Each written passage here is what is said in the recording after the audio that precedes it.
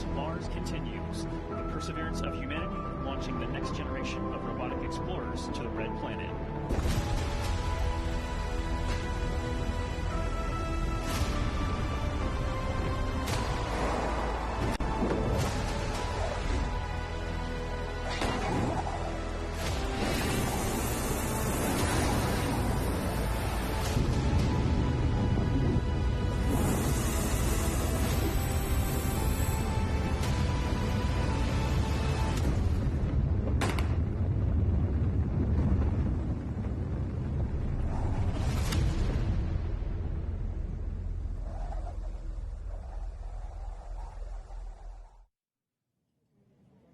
Welcome to NASA's Jet Propulsion Laboratory in Southern California.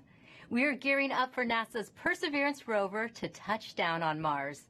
Happening in an hour and a half from now, the rover will attempt to land in Jezero Crater. It is the most difficult landing site on Mars ever attempted. Thank you for joining us. I'm your host, Raquel Villanueva. In the past, mission team members gathered in our mission control for landings. But this time around, we have COVID safety measures in place. Today's landing will look a little different than what you've seen before. I am in a room by myself, and so is my co-host. Here in the Spaceflight Operations Facility, team members are in different parts of this building. Some are in mission control, others are upstairs for landing operations. We also have isolated rooms for our guests on this show. In total, we have 8 locations covered by 14 robotic cameras that you will be seeing. One of those locations is the dark room, the heart of NASA's Deep Space Network. Think of it as a giant communication switchboard. This is where spacecraft phone home to us from across the solar system and interstellar space. The Deep Space Network has been tracking Perseverance since it left Earth. And there are lots of ways you can watch landing today. We have a 360-degree camera inside the control room. It lets you experience the landing right along with the team while seeing this broadcast. We also have the clean feed. It shows an uninterrupted view of mission control and audio. También tenemos un programa en español. To tell us about it is host Diana Trujillo, who also works on the mission. Thank you, Raquel. We're so excited to be the sister live broadcast in Spanish. Sintonízate nuestro programa en las redes sociales de Twitter, YouTube y Facebook en la NASA en español para que nos acompañes a un tour virtual de la NASA con entrevistas con astronautas, con participación de artistas, con entrevistas con científicos e ingenieros de Perseverance, con Plaza Sésamo y mucho más. Te esperamos. Gracias, Diana. And don't forget, we want to see how you are watching the landing today. Use the hashtag Countdown to Mars to send us your photos and videos. To preview what interviews are coming up is my co-host from the JPL News office, Marina Jurica. Thanks so much, Raquel. The excitement is building behind me right here in Mission Control as we count down to the Perseverance landing. We will be talking to some of the many people who made today possible, from scientists to engineers on the Mars 2020 Perseverance rover team to folks from NASA headquarters giving us a look into the future of Mars exploration. A little later, we will also be speaking with the students who named the rover and the helicopter. Inspirational stories as we prepare for another landing on the Red Planet. Back to you, Raquel. Thanks, Marina. Let's give a shout out to the students around the nation learning about Perseverance's mission to Mars with their teachers. We're happy you're with us on this exciting day. Later in the show, we will be answering some of the questions you submitted through your classrooms. Landing on Mars is complex. The team will be calling out milestones as they happen. It's fast-paced, and you'll hear lots of technical terms. To help us translate and explain what is going on in Mission Control is Swati Mohan. She is part of Perseverance's landing team. Thanks for guiding us through landing today, Swati. Hi, Raquel. I'm happy to be here today. So, Swati, what is the status of the Perseverance rover right now? So Perseverance is still in space right now, about 9,000 miles from Mars. So far, she is healthy and on course. And it takes time to send signals between Earth and Mars. Can you let us know how that affects the information you are seeing? So Mars is about 127 million miles from Earth right now. That means it takes about 11 minutes from light to travel from Mars to Earth. So all the information that we receive from Perseverance actually happened 11 minutes ago.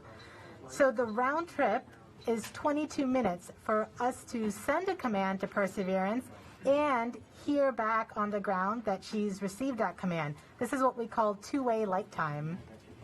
That's good to know. And can you tell us who else is in the room with you right now? The operations team is split into two different areas. Here in the cruise mission support area, we have primarily the team that has been flying Perseverance from Earth to Mars. You'll see the placards with the roles of each of the people by their stations.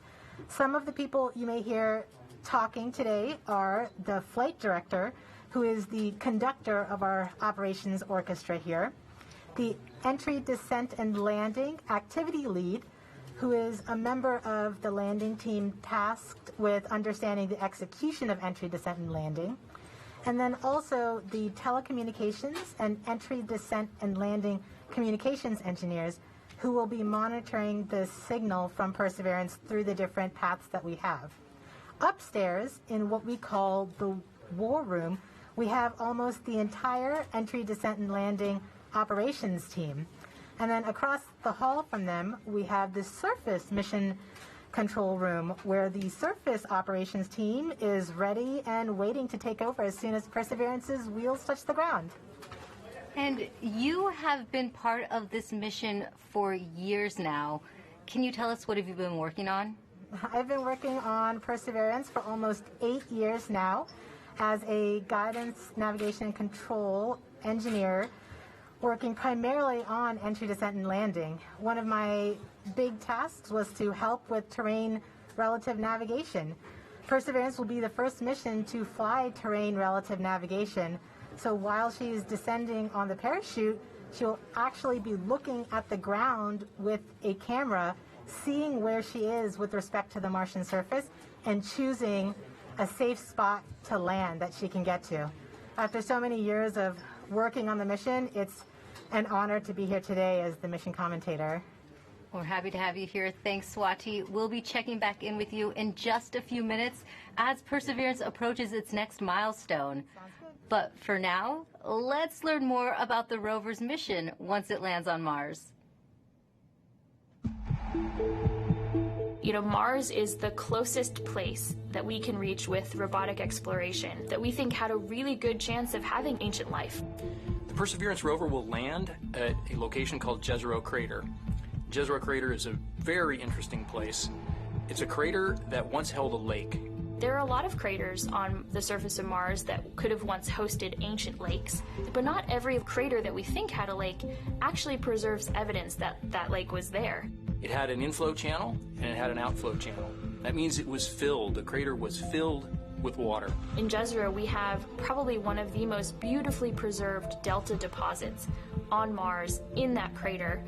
This is a wonderful place to live for microorganisms, and it is also a wonderful place for those microorganisms to be preserved so that we can find them now so many billions of years later. There is no other place on Mars that has the unique combination of a lake setting, a beautifully preserved delta, and the diverse mineralogy that we have in Jezero Crater. So it's truly a special landing site. The major goal of the Perseverance mission is to investigate astrobiology on Mars, and in particular, to address the question of whether life ever existed on Mars. The Perseverance rover starts with a design that's very similar to Curiosity. We've added to it a whole new set of science instruments, and these science instruments were purposefully selected to help us in the search for biosignatures. We're going to be taking microphones with us. For the first time, we're going to have that human sense on another planet. Perseverance carries with her a grand experiment in spacefaring technology, a helicopter, the name of which is now Ingenuity. One of the major upgrades that Perseverance has from Curiosity is that it's able to self-drive for a distance of up to 200 meters per day. As the rover is driving, it's literally building the map of the road it's driving on Mars. Scientists for years have told us that to really unlock the secrets of Mars, we have to bring samples from Mars back to Earth. So what Mars 2020 is going to do is to drill samples, put them in small tubes. We're going to seal it in its own individual tube. We set them on the surface to provide a target for the second two missions, which hopefully will get in development in the next several years and could potentially get the samples back to Earth by 2031. Perseverance is a very, very profound first step in both our understanding of our place in the universe and a stepping stone towards human exploration on Mars.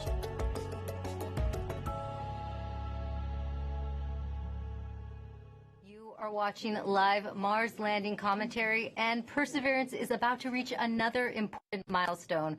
Swati, can you tell us what is happening?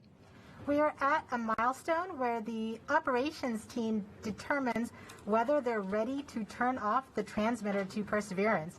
Turning off the transmitter is like taking your hands off of the wheel.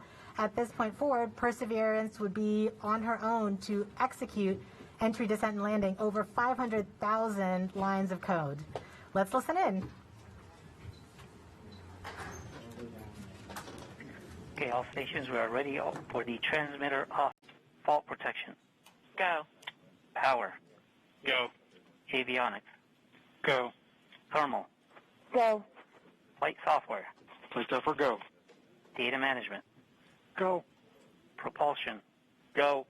Art lead. Go. Team chief. Go. Ace. Go. Launch cruise phase lead. Go. Deputy mission. Go. EDL phase lead. Go. Mission assurance. Mission assurance is go. Chief engineer.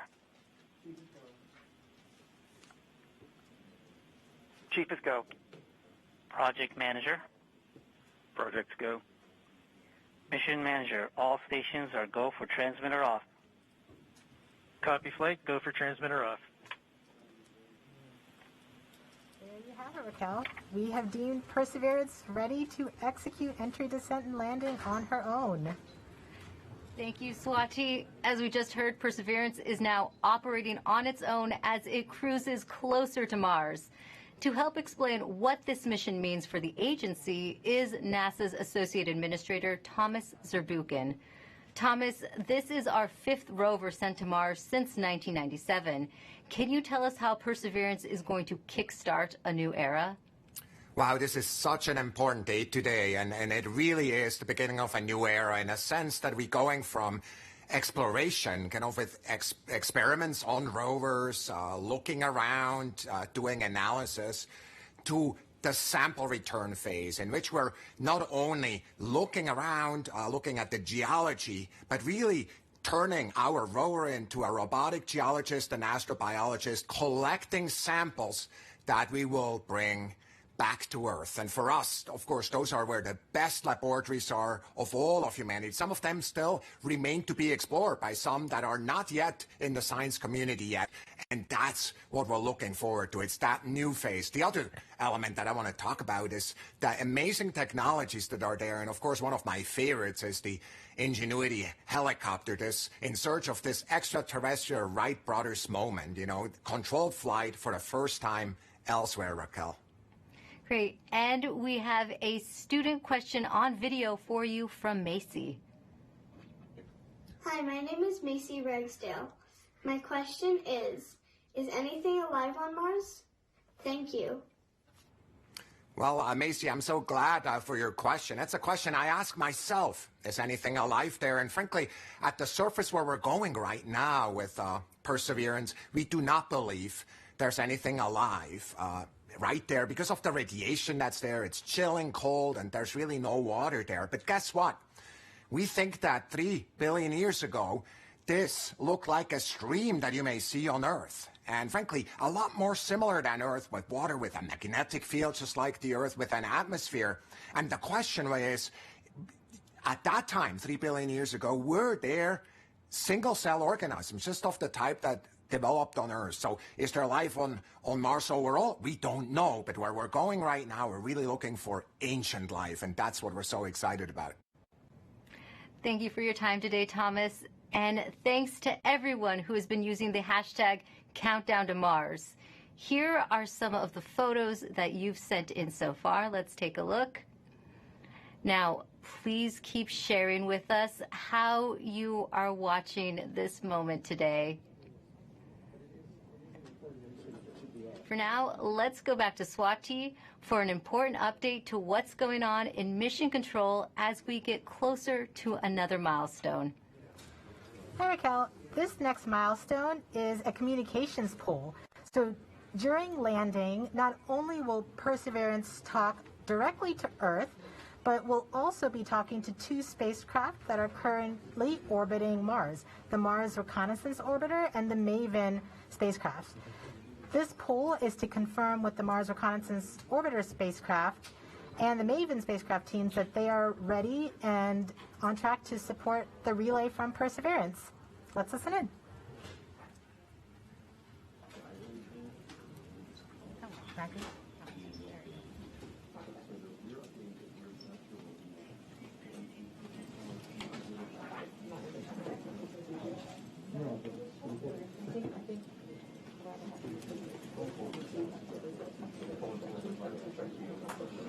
EDL comm flight. Go flight. Have you performed the comm check and readiness of the orbiters? We have performed the voice check and the readiness poll and can confirm that MRO, MAVEN, EDA, Radio Science 1 and 2, UHF, DTE, DSN, and EDL GDS are all ready to support. Copy, EDL comm.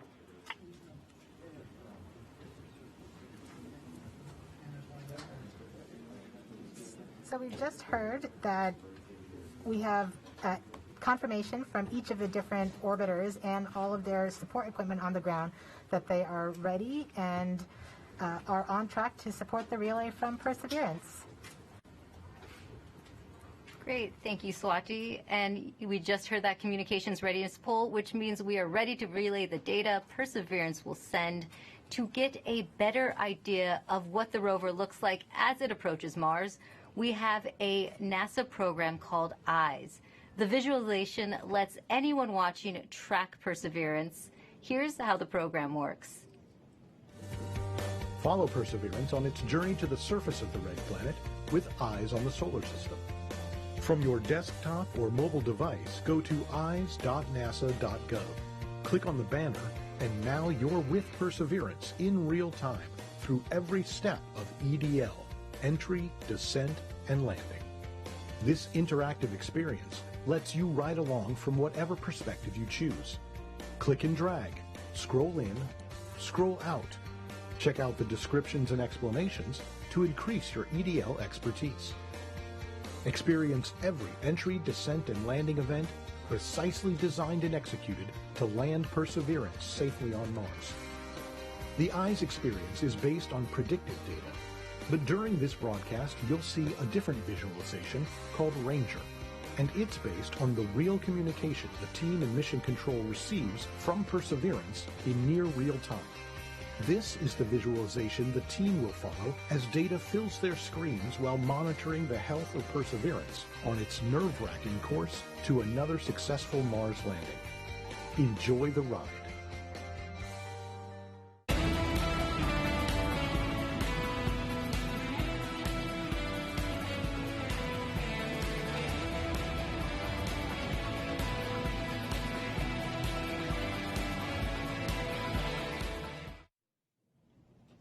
You are watching live Mars landing commentary. Stepping outside Mission Control to talk to us is Perseverance system engineer Matt Smith. Thanks for joining us today, Matt. Hey, Raquel. Well, coming from Mission Control, we are going to hear terms related to landing. Can you help us understand what some of them mean? Sure, definitely. One thing you'll hear a lot about is telemetry. So telemetry is just our way of talking about data that's coming from the spacecraft and telling us important things like temperatures on the vehicle, pressure, how much fuel we have left, and other things that we need to understand for the health and safety of the vehicle. You'll also hear the word nominal, hopefully. Nominal means everything is expected, everything is okay, we're good to go. You'll hear also a lot about velocity and deceleration. So velocity is just our speed combined with the direction we're going, and deceleration is our slowing velocity. So we're coming in at over 12,000 miles per hour, and we're going to slow down to a nice, comfortable 2 miles per hour at landing, and that's our deceleration. Speaking of landing, you may hear a couple important terms at landing itself. One is RIMU stable. So the RIMU is a device on the rover that measures the rover's orientation and whether it's moving. So we want a nice, stable landing spot without any motion. You'll also hear UHF stable, hopefully. UHF stable refers to good telecommunications link with the rover and indicates that we've had a good separation between the descent stage and the rover after the sky crane maneuver. Finally, you may also hear Tango Delta nominal or touchdown nominal. That means we've touched down on the surface of Mars within the expected range of safe landing speeds. Thanks for that breakdown. Now, this is your first Mars mission. What have you learned from this experience? Yeah, one of my takeaways is that you can almost never be too careful when it comes to Mars. You definitely can't take Mars for granted. You know, we've checked and double-checked and triple-checked everything on our way to Mars, and you know, even though we've done this once before using the sky crane technique on the Curiosity rover, you know, I think everyone's going to have their everyone's going to hold their breath until we're on the surface of Mars this time around. And we have a social media question coming in. Nor the Door on Instagram asks, how complicated is the automated landing sequence, and who wrote the code? Yeah, it's quite complicated. The automated landing software needs to do literally hundreds of things, all on its own, just right, with sub-second timing accuracy. And it's the result of many hundreds of people over many years, stretching all the way back to Curiosity, and then improved for the Perseverance landing today at Jezero Crater. Great. Thanks for your time today, Matt, and good luck. Thanks. Now, landing on Mars is hard. Landing on Mars during a pandemic is even harder. The team behind the Perseverance rover faced one of its biggest challenges when the coronavirus pandemic struck. Here's how they kept the mission going.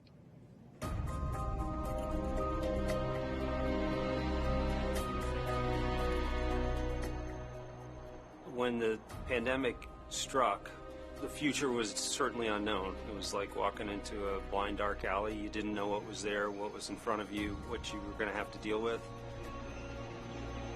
It's something that nobody expected. It's something that nobody could plan for. So we all were asked to start working from home. Rather than your first priority being mission success and getting to the launch pad, your first priority immediately gets displaced, and it's now the safety of the people. And it took a lot of work to put stuff together in order to keep momentum going, to keep people working safely, keep them healthy, and to keep the project on schedule. We called the effort Mars 2020 Safe at Work, and the objective was to keep the team as safe or safer than they would be if they were not working.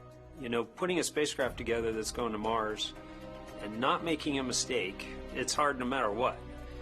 Trying to do it during the middle of a pandemic, it's a lot harder. And liftoff. As the countdown to Mars continues, the perseverance of humanity launching the next generation of robotic explorers to the Red Planet. Certainly never done something like this before. Try to lead a team that's flying a spacecraft on the way to Mars while getting ready for landing, while doing it all from home. There's no doubt that working in isolation, not virtual isolation, but in physical isolation from everyone else, is a challenge. We had to rethink and redesign what it meant to operate a spacecraft in flight when we couldn't all be in the same room in mission control, seeing the data come down from Perseverance. It was a major change going to that, you know, looking at everyone on a screen instead of in person. Because of the pandemic, you can't just pop over your cubicle wall and talk to the person next to you. It's definitely been a challenge to figure out how to communicate and get everything done. remotely, but we've managed to make it work. We are explorers.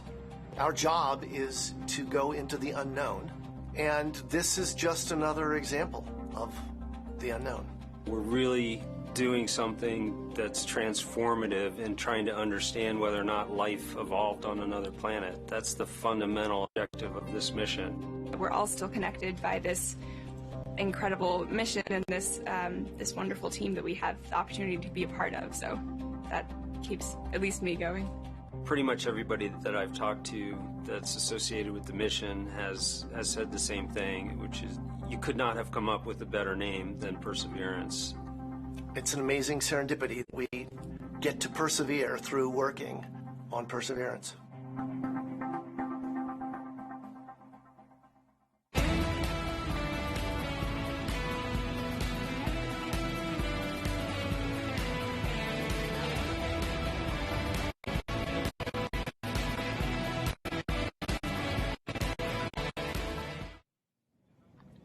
Joining us now is Perseverance Deputy Project Manager Matt Wallace.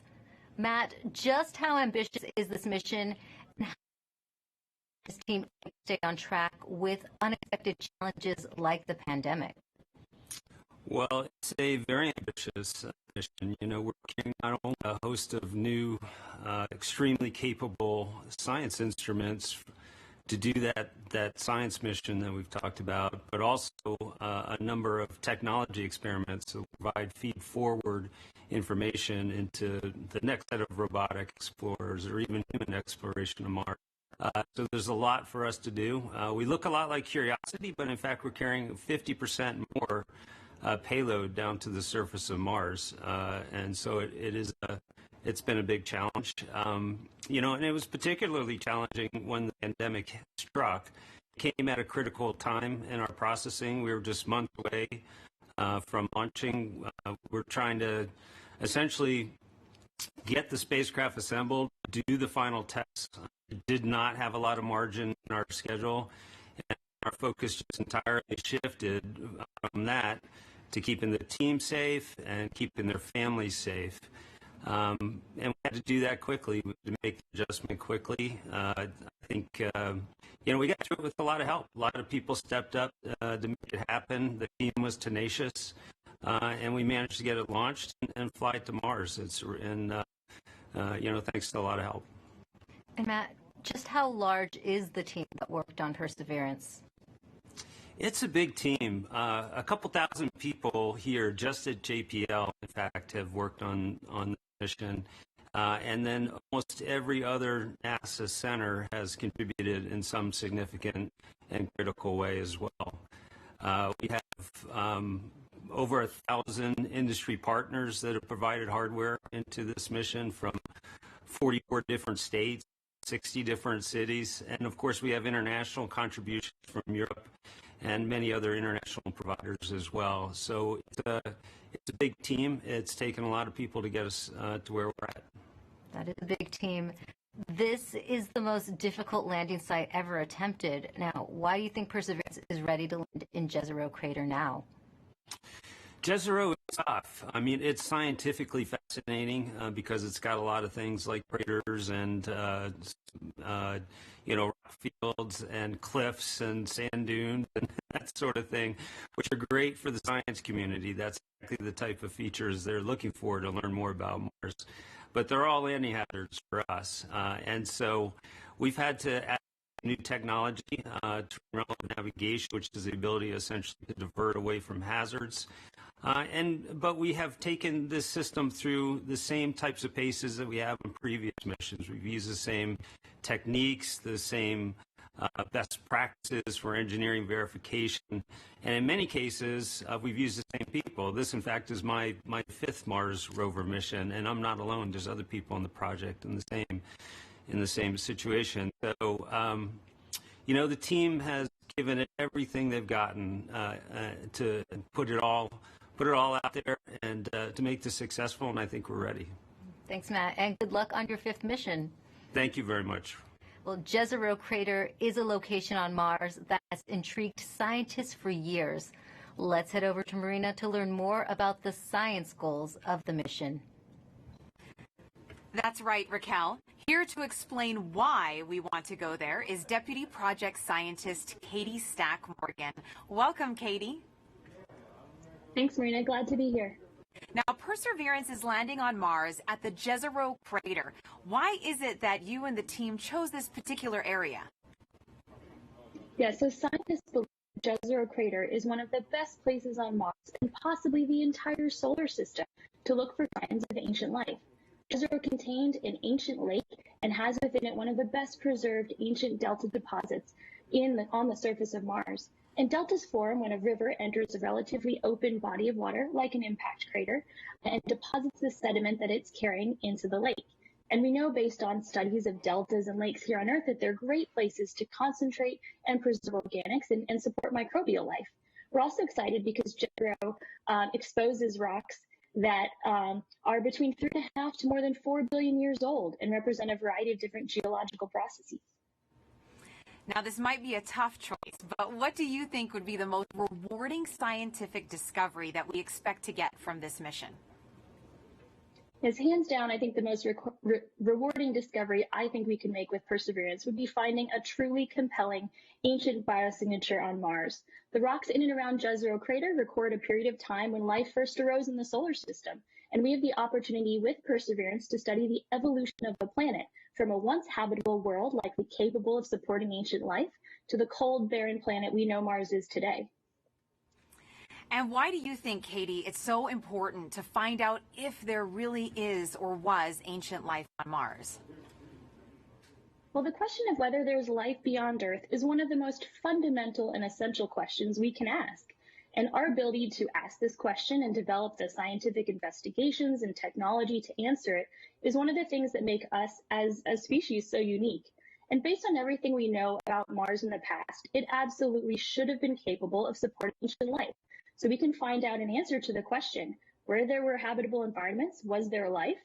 And studying the possible emergence of life on ancient Mars can also help us better understand the conditions that led to life on our own planet. That's so fascinating, Katie. Now we're going to take a question from a student, Vara. Hi, I'm Vara, and my question is, why was Mars able to sustain lakes and rivers ages ago, but cannot now? Isn't it cold enough to make water, and isn't it always? Thank you. Yeah, that is such a great question. And one of the things that protects our atmosphere here on Earth and allows liquid water to be stable on our own planet is the fact that we have a magnetic field protecting that atmosphere. We think that Mars lost its magnetic field way back billions of years ago and left the atmosphere exposed to things like solar wind and cosmic rays that basically blew that atmosphere away. And once that happened, liquid water wasn't stable on the surface of Mars anymore. It was too cold and the pressure was too low.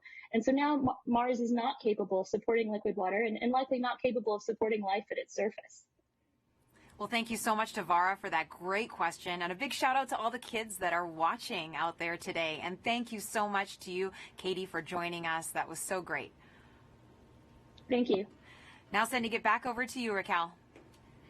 Thanks, Marina. Earlier, we were able to catch up with the communication systems engineer, Chloe Sakier.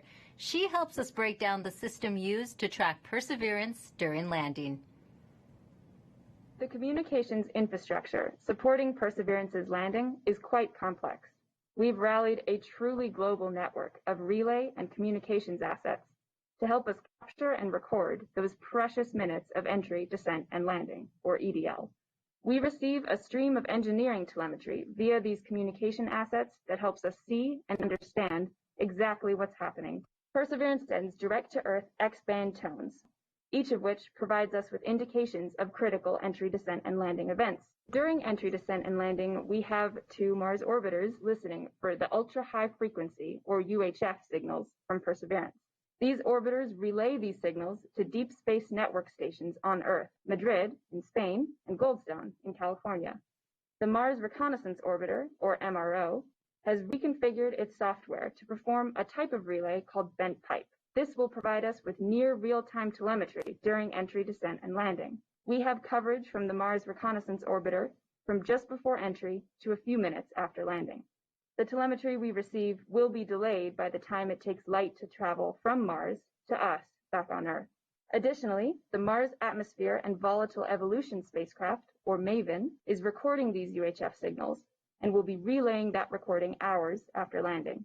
MAVEN will be covering us from around the time of cruise stage separation until a few minutes after landing.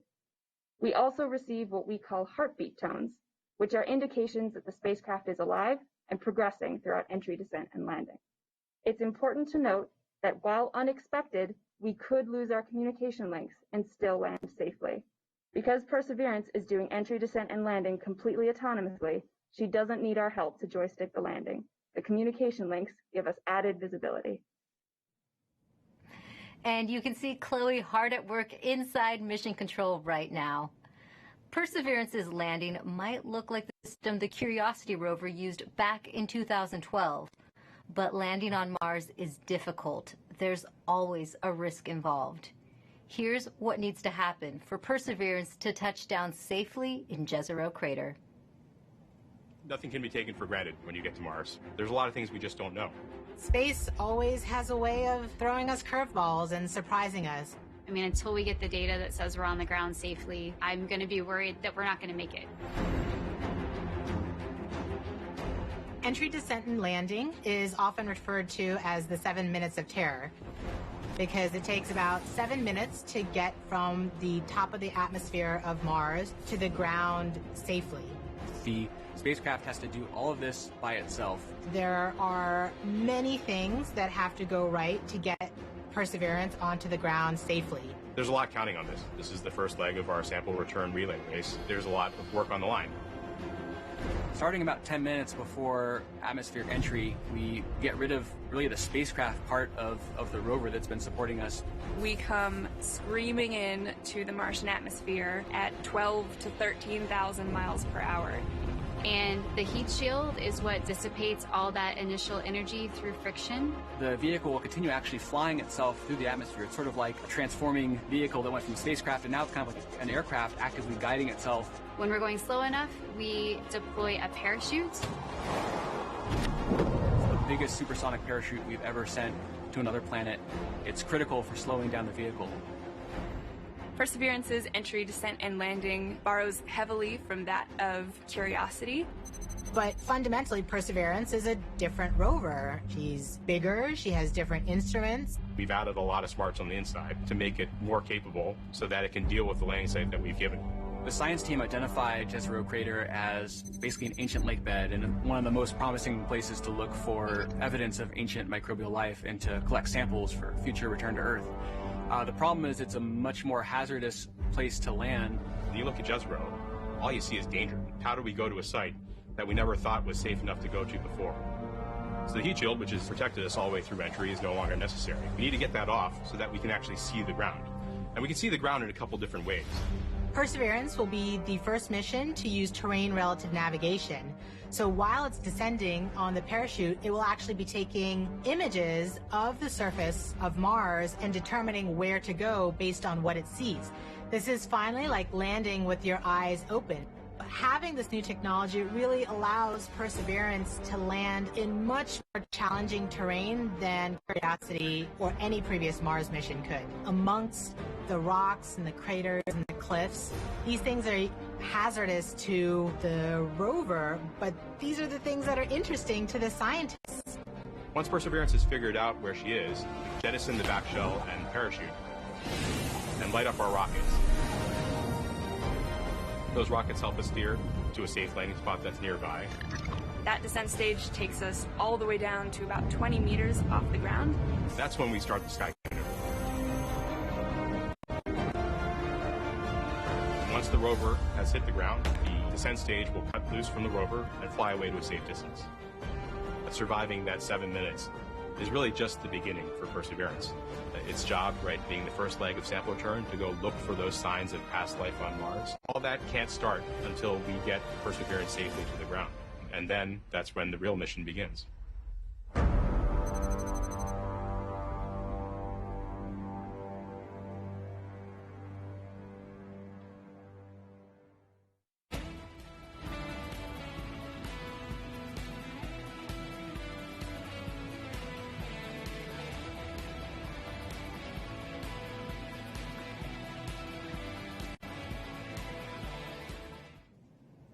With us now is Al Chen. He is Perseverance's entry, descent, and landing lead. Al, you were part of the Curiosity rover landing. Does it get any easier the second time around?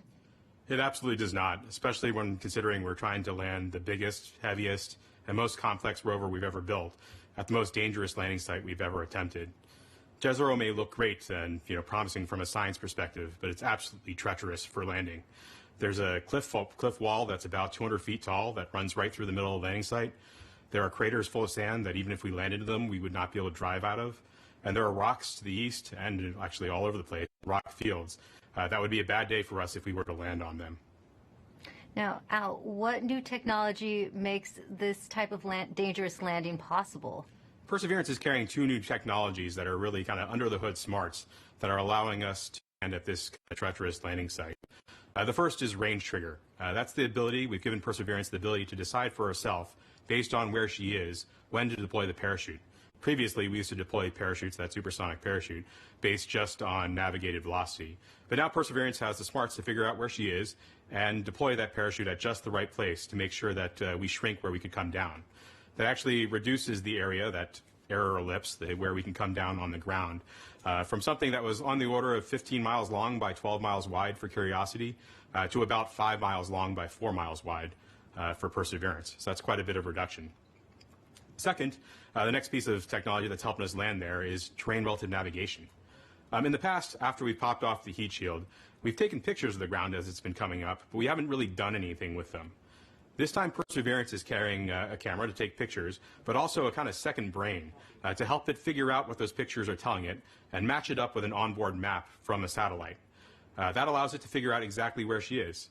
Suddenly, then, she can then fly to safe spots that are nearby once she really knows where she is. It allows the site to not have to be as flat and boring as a pancake as some of our past sites have been, the entire area we could come down. Now we just need little pieces of that site to be small enough and safe enough for us to land in safely and fly there after we've gotten rid of the parachute. And we also have a social media question coming in. Sansakari14 on Instagram is asking, how does the Sky Crane decide where to move itself after the payload lands? After the payload lands, after the rover touches down, the Sky Crane, the descent stage, which is that rocket-powered jetpack above it, the first job, of course, is to make sure you don't hurt the rover. So it'll turn forward or backward so that the engine plumes don't pass over the rover. So it'll come up and start to turn. And it'll go in whichever direction is closest to north. So it can either go forward, if that's the way north is, or go toward the rear of the rover, if that's where north is. And it'll fly about a third of a mile or so away. Thanks for talking to us today, Al. Thank you very much. Now, let's head back to Mission Control for an update from Swati. Hi, Raquel. So, remember that command that we sent at around 11:35 to turn the transmitter off? We are just about to get confirmation that Perseverance has received the command. The command took 11 minutes to go to Perseverance, and then the reply took 11 minutes to get back from Perseverance to the ground. So we should hear any second now that we have officially turned off the transmitter. And after that, we will be about 4 minutes from the start of entry, descent, and landing mode. At this point, we will transition from the cruise approach mode to entry, descent, and landing. And that means our travel from Earth to Mars is done, and now we just need to get to the surface. So far, things are looking good. Great. Oh, this is Pad 3, ready to show estimated miss distance for OD 132. Copy, EDL phase, we'll come back.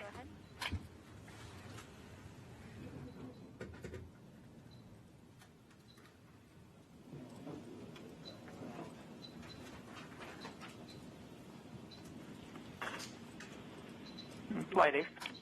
Go Ace. Our tracking stations have all confirmed the results of the transmitter drive off and in lock one way. Copy, Ace.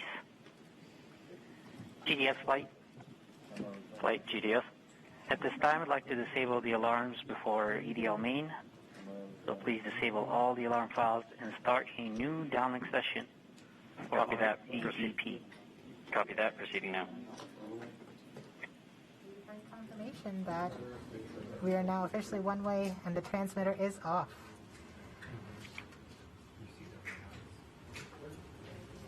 Rover mission has helped shape the other, starting with the landing of the Pathfinder more than 20 years ago, leading up to where we are today with Perseverance. Perseverance Deputy Project Manager Jennifer Trosper has worked on every Mars rover mission, and she joins us now. Jennifer, how does Perseverance fit into the history of exploring Mars? Thanks, Raquel. It's great to be here. Well, Perseverance is NASA's 5th rover on Mars, and I've had the privilege of working on every one of them. And the very first rover was the Sojourner rover we sent in 1997, and it was the size of a microwave oven. And even at that small size, Sojourner was able to transform the way that we explore Mars, from stationary landers to small roving robots that go from place to place, just like a geologist would on Earth. So once we had that roving capability, then we sent our twin rovers Spirit and Opportunity. Spirit and Opportunity were tasked with finding evidence of ancient water on Mars. Now they did. They're great explorers, and both of them found ample evidence that water had once existed on the surface of Mars. But we had a question. Another question then was, Mars ever habitable if water had been there? And that's when we sent Curiosity. Now, Curiosity was a major upgrade to our rover fleet. She's the size of a small car. She landed with the Sky Crane system instead of airbags. And she also carries along her own sample analytics lab, and she's still operating today. And during her exploration, she has found evidence of a habitable environment in an ancient lake bed on Mars. So now we're sending Perseverance. Perseverance is tasked with answering the question and looking for evidence of ancient microbial life on Mars. And in order to do this, she has to be the smartest and most capable rover we've ever sent. Speaking of Perseverance, can you tell us more about how Perseverance is smarter than its predecessors? Yes, we've made a lot of upgrades to help her along with the surface mission. One of them is for her autonomous traverse capability. When I say autonomous traverse, I mean we tell her where we want her to end up, and she has to figure out the safe and best way to get there. In order to do that, she uses her cameras, algorithms, a computer. So we've given her another computer, we've upgraded the cameras, and we've upgraded the algorithms. Now she drives 3 times as fast as Curiosity could drive in this autonomous traverse mode. In fact, her average daily distance for driving, about 200 meters, is close to the maximum distance any rover has ever driven in a day on Mars. So she's fast. Another thing that we've done, which is the most significant upgrade that we've made, is the sample caching system itself. Curiosity has a robotic arm, like Perseverance has a robotic arm, but on the end of Perseverance's robotic arm is a coring drill that will go and take rock cores, transfer them into sample tubes and into the rover, where another robotic arm will take those tubes, will seal them and store them, and eventually drop them on the surface of Mars for future return to Earth. Great. And we also have a social media question about Perseverance. Erica A.S. on Instagram wants to know what the wheels of the rover are made out of. Great question. Well, you may think we make them out of some material you've never heard of. It turns out they're made of aluminum. Now, Perseverance's wheels are a little thicker than Curiosity's, but they're actually both made out of aluminum. And one more question for you. Can you tell us more about the importance of where you are right now in the building? Yes, I am above, on the 2nd floor, above the cruise mission support area that you've been watching. And this is the surface mission support area. So as soon as Perseverance lands, all commands, this room will take over. It will become headquarters for operating Perseverance on Mars. Thanks for taking the time to talk to us today, Jennifer. Thank you. Now, we now know Perseverance's place in history. Let's take an up-close look at the rover with Mars 2020 System Testbed Engineer Elio Morillo. Thank you, Raquel. I'm standing in front of the Mars 2020 Perseverance scaled model. As you can tell, this vehicle is about the size of a Mini Cooper. These wheels are obviously black here and they look like rubber, but they're actually fully made of metal. These wheels are designed to allow us to climb over obstacles and, of course, climb over hills and minimize the amount of slipping once we're traversing on the surface of Mars. Here in the front of the rover, we have the sample caching system. And of course, at the very front end of this is the robotic arm, which this entire system is arguably the most complex robotic system we've ever sent outside of Earth. Here at the tip of the arm, we have a turret which contains a suite of instruments along with some drills and coring capabilities that will allow us to do contact science once we get to the surface of Mars. Not only that, this robotic system is equipped to collect samples about the size of a piece of chalk that then eventually will be stored inside of the vehicle and dropped off in a later location so that an eventual mission can go and return these samples to Earth, something we've never done in the past. Here in the front, we have the remote sensing mast. Something of note is that this mechanism is going to be stowed upon the touchdown on the surface of Mars. And one of the first critical activities we do is deploy this mechanism. This mechanism includes several cameras that are going to give us some of the most breathtaking images we've ever taken on Mars. Along with that, we have some lasers as well as a spectrometer. They're going to allow us to do some remote science.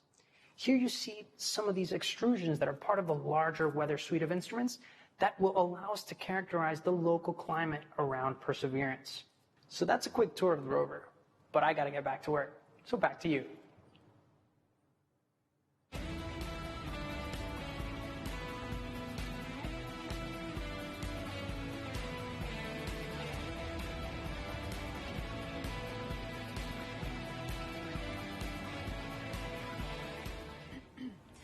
Perseverance is collecting samples of Martian rock for future return to Earth. We've heard that scientists have been wanting to bring Martian samples back for many generations. And here to talk a little bit about that is NASA's Planetary Science Division Director, Lori Glaze, who joins us now to talk about the role Perseverance will play in NASA's future goals. Welcome, Lori. Hi. Now, as you just heard, we've heard that scientists have been wanting to bring back these Martian samples for a very long time. Why do we need to bring them back? That's really a great question. You know, we actually have examples of Mars already here on Earth that came here as meteorites. But we don't know exactly where they came from on Mars, and then they also have had to make the trip from Mars to Earth, and so they got altered during that time, and then during their entry and descent into the Earth's atmosphere, that also changes what those rocks are like. So being able to go to Mars and actually collect a sample where we know exactly where it came from, and we know we can preserve it and keep it pristine and carry it all the way back here, this will be incredibly important to help us answer questions about the geologic history of Mars, understanding how it formed and evolved, and also really important questions about whether or not life actually existed on Mars 3.5 billion years ago, and whether that life, if it existed, has been preserved in the surface of Mars. Now, Lori, these sample tubes that Perseverance is going to be collecting, they're the cleanest things ever created on Earth. Tell me a little bit about that. Oh my goodness. We worked so hard. The team here at JPL is absolutely incredible to assure that those sample tubes are incredibly clean. One of the main goals of this mission is to be able to detect if there's actual life that's preserved, ancient life preserved in those rocks, in those samples. And we definitely don't want to be carrying, our own DNA off to Mars and then bring it back here to confuse our scientists when they're trying to study those samples. So it is an incredibly clean set of equipment that's been sent there. As you said, the cleanest thing we've ever sent into space. Now, this is a very complicated campaign. Can you break down for us how it's going to work and if there's any international partners working with us? You are correct. The Mars Sample Return campaign is incredibly complex. In fact, it's probably the most challenging thing we've ever tried to do. But we're definitely not going to try and do it alone. We have great partners with the European Space Agency. And the way this campaign is going to work, well, Perseverance is the first step. Chapter 1 is going to Mars and collecting the samples. Chapter 2 is going to be a sample return lander that we hope to launch in around 2026 to 2028. And that lander, it'll be an American lander carrying a fetch rover that's provided by European Space Agency. And that little fetch rover will drive out and pick up the samples that Perseverance left on the surface of Mars. And the fetch rover will bring them back and load them into a rocket that we call the Mars Ascent Vehicle, which will be the first ever launch from another planet. And it will launch those samples into orbit around Mars. In the meantime, European Space Agency will have an orbiter that's in orbit around Mars that can rendezvous and capture those samples and then bring them back to Earth for us to study back here in our amazing laboratories. A lot of firsts, it sounds like, Lori. And another first, how is Perseverance and the Mars Sample Return mission going to help the future exploration, human exploration of Mars? I'm so glad you asked that. I think we're going to get a lot of great information from Mars Sample Return with, again, being able to land the heaviest payload we've ever landed on Mars will be that Sample Return lander. That's critical to us learning how to land humans on Mars. And then we are definitely going to want to be able to launch the humans back off of Mars. So that Mars Ascent Vehicle is going to be critical, that first step of the first launch from another planet. So exciting, Lori. And speaking about the Mars generation, we're now going to take a student question for you from Livia. Hi, my name is Livia, and my question is, what made you want to study Mars, and why are you working so hard and willing to wait so long for a sample? Thank you. Oh, Olivia, that is such a great question. And I enjoy Mars just because it can tell us so much about how our solar system formed and evolved. All of the planets can tell us different parts of that story, and Mars is a really key piece of that. And one of the main reasons we're willing to wait so long to get the sample back is that we've got great new scientists that are all about your age, and in about 10 or 15 or 20 years, you'll be the generation that's going to actually get to work with these samples. When they come back, you'll be the scientists and engineers that will be the next generation to change how we think about Mars and how we think about life in the solar system. That was a great question, Lori. Reach for the stars, future little scientists and engineers. Thank you so much for joining us here today, Lori. It's my pleasure. Thanks. Back to you, Raquel, for another mission update. Thanks, Marina. The cruise team for Perseverance controls the rover on its way to Mars. And moments ago, they handed it over to the landing team.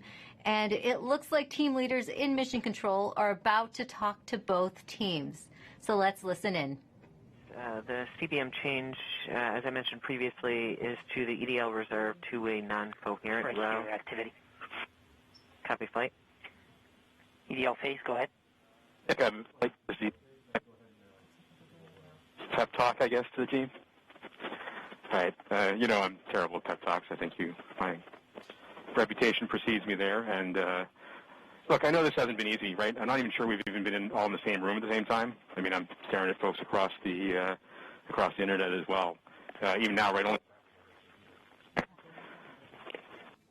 Yeah. Voice check. Okay. I do want to just extend my heartfelt appreciation from the EDL team to the launch cruise team. You've done everything we've asked for, right? I mean, you've battled anomalies, you've dealt with Cepheids, you've done everything. You delivered a healthy spacecraft to the place that we want to go, and she's right on target, right? You did the last maneuver literally 2 months ago, right? This is pretty incredible, in my opinion. And she's armed with the right information to help us land. Doing the parameter update last night, we're ready to roll. You've done everything right. And you've put up with us, too, right? You've put up with our eccentricities and the things we like to do in EDL land. So I very much appreciate that. So you all should sleep in on Friday since, you guys have earned it. Thanks for literally and figuratively putting us in the right position to succeed. And let's land on Mars together. Copy EDL phase. And as flight director, I also would like to thank the whole team, cruise ops, EDL ops, EDL team, and the surface ops as well.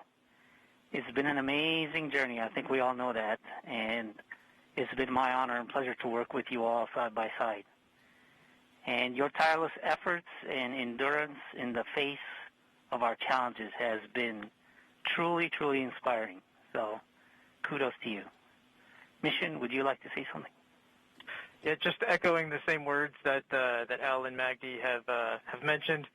You guys have overcome great obstacles in the last 6.5 months, and it started with an earthquake in this room on launch day at L-20 minutes. So I can't be more proud than all of the achievements that you guys have pulled off in the last 6.5 months. Whatever happens in the next hour and a half, you can be proud of the achievements that you've accomplished so far.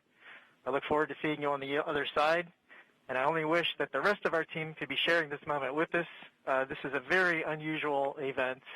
This room is only half as full as it would be if we weren't in this pandemic. So missing everybody on the team who's not with us here today. And go EDL. Welcome to the EDL family.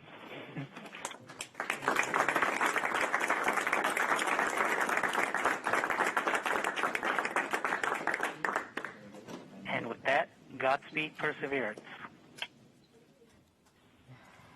All right, activity. Go ahead and continue the report. Sure thing, Flight. We've since completed the EDL start anchor. As I was mentioning, we changed our CBM row to EDL reserve two-way non-coherent. That row reinforces our CBM windows disabled, keeps our packetization on, it turns off our ranging and switches to the auxiliary oscillator. We have also started our real-time data product and reinforced Medley on. At this time, we just heard Perseverance team leaders thank the cruise team for their work in guiding the rover to Mars. Now, did you know the rover name and Mars helicopter name came from students? Well, a couple weeks ago, Marina was able to catch up with them. Thanks, Raquel. Earlier this year, NASA and our partners held a nationwide essay contest to name our Mars rover.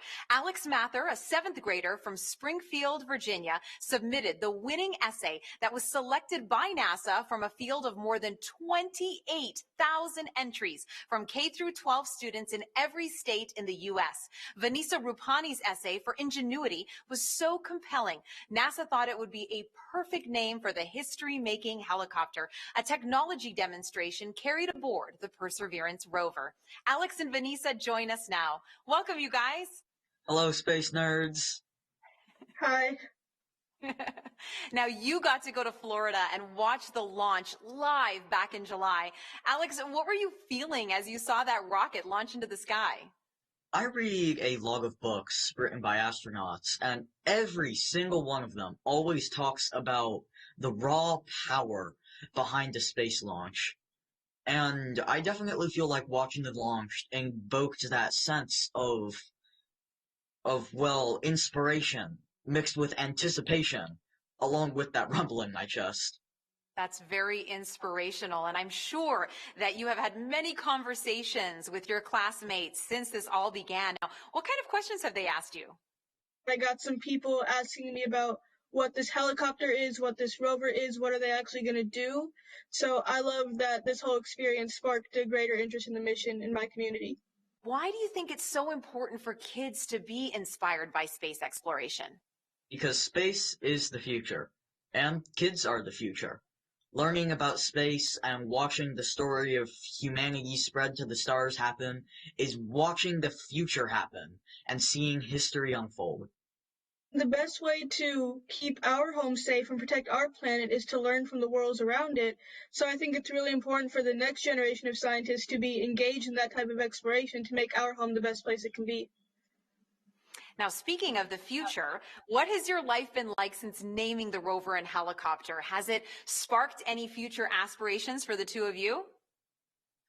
Oh man, I am currently applying to a science and technology school for high school. Hoping for a NASA internship sometime along the way, with my ultimate goal being to join the incredible team of scientists and engineers who are about to make this happen. This whole experience has definitely shown me that I want to go into the space industry. I came home from Florida, did all my college applications, and checked aerospace engineering on all the boxes. I mean, the whole time we were there, I was thinking, why would anyone want to do anything else? So true, and the best of luck to both of you. Thank you so much for joining us here today, Alex and Vanessa. Thank you for having us. Thank you so much. I had a great time. Now, your essays, as well as the top 155 finalist essays, are riding on the Perseverance rover, along with nearly 11 million of the names from all over the world that were submitted before launch. And if you miss the chance to get your name on Perseverance, then you will get another chance to reserve a spot on the next mission to Mars. So make sure that you sign up now at mars.nasa.gov for your boarding pass. As virtual celebrations are happening all over the globe, let's take a look at some of your submissions on our social channels, showing us how you're celebrating the Perseverance landing right now. And remember to hashtag Countdown to Mars and send those in. We would love to show them off. Look at these kids. They are getting so excited. Everyone's watching it. A lot of classrooms are watching it. Oh, and great, someone did a Lego version of Perseverance, which is awesome. It looks fantastic. We love getting all your pictures out there. We've gotten a lot of artwork from kids, which has been great. I know I have a 9-year-old John at home, and he loves to draw the rover. And look at that. That is awesome. That's better than anything I could bake, that's for sure. Perseverance in a cake. That looks so great. Delicious. I want to get into that. Another great send-in from David Bowie Reel. Thank you so much for your submissions. Remember, hashtag Countdown to Mars. We love to see how you're celebrating. Now, you might know our next guest from shows like Emily's Wonder Lab. Joining me now is Emily Calandrelli. Thank you so much for being here with us today. Hi, thanks so much for having me. Now, you are very passionate about getting kids interested in science and space exploration. Why do you think kids are so excited about space? Well, I know the reason I'm excited about space, and I think it's the same reason that many others are excited about space, and it's that the people in the space industry work to answer two of the biggest questions that humans have ever asked. Are we alone in the universe, and where did we all come from? And by sending a rover to Mars, we are gaining evidence for the answers to these questions, more evidence than we ever had before, and I think that's so exciting. It is, and I know you get loads of interesting questions from kids. Have you gotten any about Mars specifically? Oh my gosh, yes. Everybody loves Mars. It's in movies and books and TV shows, and everybody loves Mars. So one of the things that I get asked a lot is that, it's called the red planet. Why is it red? Well, it's red because it's literally rusty. The top layer of soil on Mars has iron oxide in it, or rust, and rust has that brownish red color. So it's red because it's rusty. And also because it's red, they ask, is it red hot? Is it really hot on Mars? And well, no, actually, it's colder than the Earth. It's farther away from the sun. So as you would imagine, it's a little bit colder than the Earth. It also has a really thin atmosphere. So the heat that it does have, it has a hard time keeping in. And so it's a little bit colder. But then I also get asked, what would I weigh on Mars? That's a really fun question. So on Mars, it's a little bit smaller than the Earth, so the gravity there is weaker. It's about 3/8 the gravity that we have here on Earth. So if you weighed 100 pounds here on Earth, you'd weigh 38 pounds on Mars, or 100 kilograms here on Earth, 38 kilograms on Mars. Those are all super fun. I think even some adults want to know the answers to those questions, Emily. Now, why do you think it's so important to educate kids about science and give them that great foundation? Well, science is the language of nature, and learning about science and learning how to think like a scientist means you are learning how to systematically seek out truth in the world. You are learning the scientific method. You're learning how to be a critical thinker. And honestly, those skills are great for whatever you end up wanting to do in life. True. If you want to be a scientist or an opera singer, that holds true. And what are you most excited about today? I mean, humans are launching a robot to Mars. That doesn't happen every day. I think in all of the hecticness that is going on today and all of the nerves, I just hope everyone can take a moment to sit back and remember that we live in a time when humans have the ability to send a robot to another planet. And that's so cool to me. It is very cool, Emily. Take a deep breath. Thanks for joining us here. Thanks for having me. Sending it back to you now, Raquel. Thanks, Marina. We are offering lots of ways to ride along with us to Mars. Now put yourself right into the action now with our Perseverance photo booth. You can pose next to the rover, place yourself in our mission control, and even see what you might look like taking a selfie on the Red Planet. There, you'll also have a chance to sign up to send your name to Mars on NASA's next flight to the Red Planet. It's all available at go.nasa.gov/Mars 2020 Toolkit. And joining us now is JPL Chief Engineer and landing veteran Rob Manning. He will be breaking down key moments coming up, and very few people know more about landing on Mars than Rob, going back to the Pathfinder mission in 1997. Thanks for joining us today, Rob. Thank you very much, Rick, for having me here. And what a wonderful experience. What a wonderful day for a beautiful day in California. We're just also excited here, anxious, worried, but very hopeful. Rob, I have a question for you. There is a landing tradition at JPL that involves eating peanuts for good luck. Can you tell us how did that start? Yes, it started in the mid-1960s. What happened was we had a series of missions that had failures. The Ranger program in the early 1960s, one after another, failed. And what happened was one day a fellow by the name of Dick Wallace on Ranger number 7, on the 7th attempt, decided to bring peanuts to the ops area just before the launch, and guess what? That mission worked. Now, we're not supposed to be too superstitious. We're engineers and scientists after all, but we love tradition. And ever since then, before launch and before critical events like entry, descent, landing, we have brought out peanuts and shared them with the team. And it's been really a wonderful little experience. And so this is something we will do. We're doing right now, and it's something that we just can't help ourselves. It's just part of the experience. Well, speaking of the experience, how did the Perseverance team keep the tradition alive this year? Well, this year we're passed out little packets of peanuts to the team, and they can sneak one peanut in their mouth as part of to keep the tradition alive. But you know, this is part of the COVID experience, but we can't leave this one undone. So this is what we're doing, and this is going to help us land safely. All right, thanks, Rob. I have some questions for you a little later on, but we're heading back to Swati Mohan, who is part of the landing team. She'll be calling out key milestone and events as they happen from Mission Control, so let's listen in right now. So right now we're still about 20 minutes from entry, and the EDL phase is giving a last-minute confirmation of what will be happening in the upcoming changes to the vehicle, just to remind the team. This will allow us to steer our trajectory as we make our way through the atmosphere. This is one of the things that allowed MSL, the Curiosity rover, to land where it did. And we're depending on the same type of entry guidance this time around to help get us very close to our target. As we make our way through entry, finish our guided entry profile, we'll do a maneuver called heading alignment, where we point toward the target and get ready to deploy the parachute. But before we deploy the parachute, we need to get rid of a set of balance masses that have been giving us a center of gravity, or CG offset, throughout the guided entry phase. So these are called the entry balance masses. We also call this maneuver SUFR, S-U-F-R, or straighten up and fly right. So we'll go ahead and eject those masses when we get a trigger from the GNC system telling us that we're at the appropriate range to the target to do so.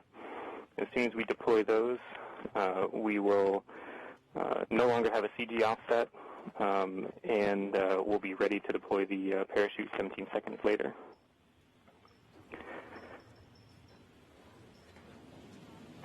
Right where the Perseverance team is sitting now, what's in store for them as we approach landing? I'm going to hold here for EDL prep as we're about to start that anchor. Copy, phase 2. And activity, please call that out when it's ready. Copy, flight. I'm going to make the announcement now. Okay. Maggie's make the announcement that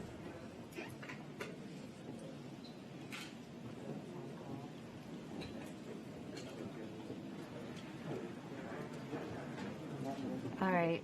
Now, Rob, you've been right where the Perseverance team is sitting now. What's in store for them as we approach landing? Well, this is the nail-biting time.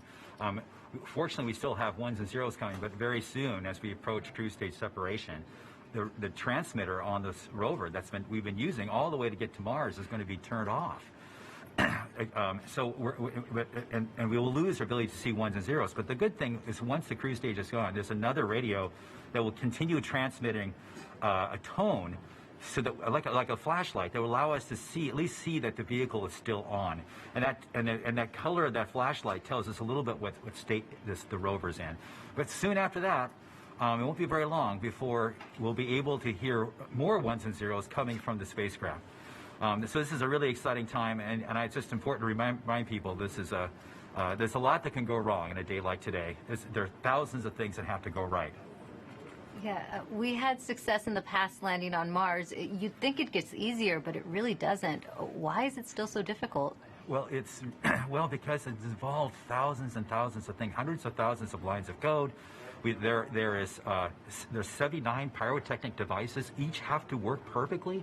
One critical wire short, or one key thing mechanism that doesn't work or breaks, and it's mission over. And so it's, and it's very easy. We're human beings. We're not perfect. Mistakes can be made. We count on each other to find our own mistakes, and we work very hard to learn from the mistakes of the past. We've had many failures. Remind people, roughly around half of the missions to Mars over history have failed. And so that could happen today too. Even though we've had a nice, wonderful string of successes in the United States, it's still still a bit of a gamble that we have hoped that we have erred in the side of luck, and we've stacked the deck and loaded the dice to make this thing succeed. But if we do fail, and something bad happens today, I can tell you, we're going to learn it. We'll have the data that tell us what happened. We'll know why. We'll figure it out. And if we are allowed, we will pick ourselves up and get us back on the horse. And if Congress and NASA allow, we will try again. As we always do, we will learn from our mistakes. And what are the possible scenarios we could be looking at today? Well, there's things like one of the key stressful elements for all of us is parachute inflation. But just even separating from the cruise stage is a pretty major event. Lots of devices have to work properly. Certainly, the heat shield separation, getting the descent engine started. There's no less than 16 rocket motors that have to work. 8 to control during entry, another 8 to control it during landing. I said it's a lot of stuff, and it all has to work. And guess what? We haven't done this before with this vehicle ever. This is its first attempt to actually land. We can't try this on Earth. We don't have test pilots to try it out on this planet before the big show. So this vehicle is doing it for the first time. We've done the best testing we can do in bits and pieces, but it's as best as we could do. But I think our team is up to it. This team is the best. It's a diverse, intelligent, amazing group of people. People from all over the world who worked on this, not just here in California, but all over NASA, contributors from aerospace, universities, countries around the world. It is just an incredible, remarkable engineering achievement, and I am just so proud of this team. Thanks, Rob. Now, let's listen back into Mission Control. Flight, you're about 14 minutes from entry interface. The vehicle is currently preparing the heat rejection system that has kept the thermal system cool inside the air shell for about the last 6 months. This will allow the spacecraft to more easily cut the line in upcoming cruise stage separation, which is under 4 minutes now.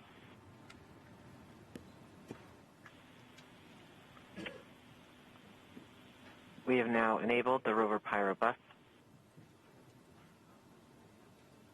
That's the pyrotechnic system We're powering off the cruise stage devices. And these are the things in the cruise stage that we no longer need. With the pyrotechnic system working, we can explode the devices. The vehicle is preparing for the upcoming cruise stage separation in about 3 minutes 15 seconds. by powering off all the devices on the cruise stage in order that they can be safe once the cruise stage is jettisoned. Yeah, this cruise stage has been very reliable. We are firing our first pyros to vent the HRS liquid and gas. This has been the coolant that's kept their vehicle from getting too hot on the way to Mars. We have to vent it into space. And this is one of the first major events that take place as part of entry, descent, landing. The HRS vent anchor is complete. Yes. We will see the next anchor in approximately 3 minutes. Okay. We are currently 12.5 minutes from entry interface. We are coming upon cruise stage separation in 2 minutes and 20 seconds. What's happening now, Rob? Okay, well, we're just waiting. The rover is completely in charge. It's doing all the things we've taught it how to do. It's all built into the software. We've tested it over and over and over again. This team has spent 24 hours a day, 7 days a week, testing this thing for years. And so this is really the culmination of all that work. So this vehicle is getting ready to push that cruise stage away. Once it gets pushed away, the entry system with the rover inside, with the rover still in charge, is going to get ready to take the vehicle, turn it to the right orientation, and aim it to Mars, and prepare for entering the atmosphere.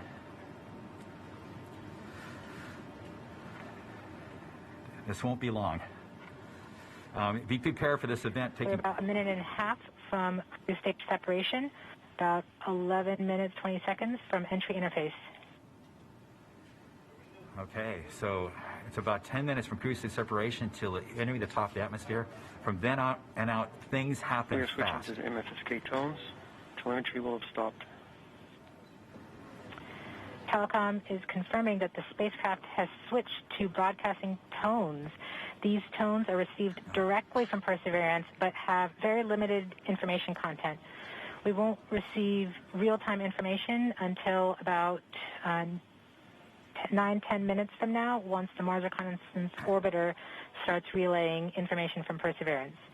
We are under a minute from cruise stage separation, about 10.5 minutes from entry interface. It's getting exciting. I have to admit, I am quite anxious, but very hopeful that this machine is going to do what we asked it to do. We are seeing the heartbeat tones. Okay, that means that there's no more ones and zeros coming. It's just the vehicle telling us it's still alive.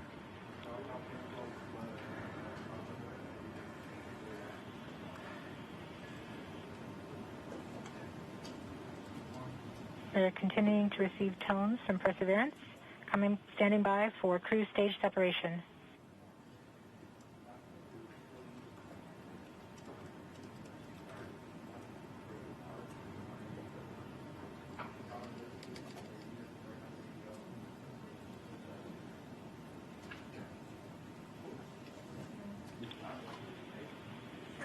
We have indication that cruise stage separation has been confirmed by the spacecraft.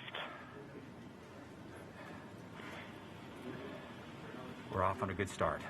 In about 1 minute, Perseverance's landing software will wake up and begin the final preparations for entry. The first action it will do is to fire warm-up pulses with its entry thrusters.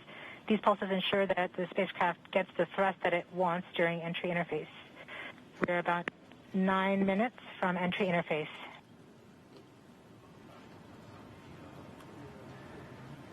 Okay, so now the vehicle's on its own. It's turning itself into the direction of facing the heat shield toward Mars, and will eventually hitting the top of the atmosphere. We're not far away. This is going to go very quickly from here on out.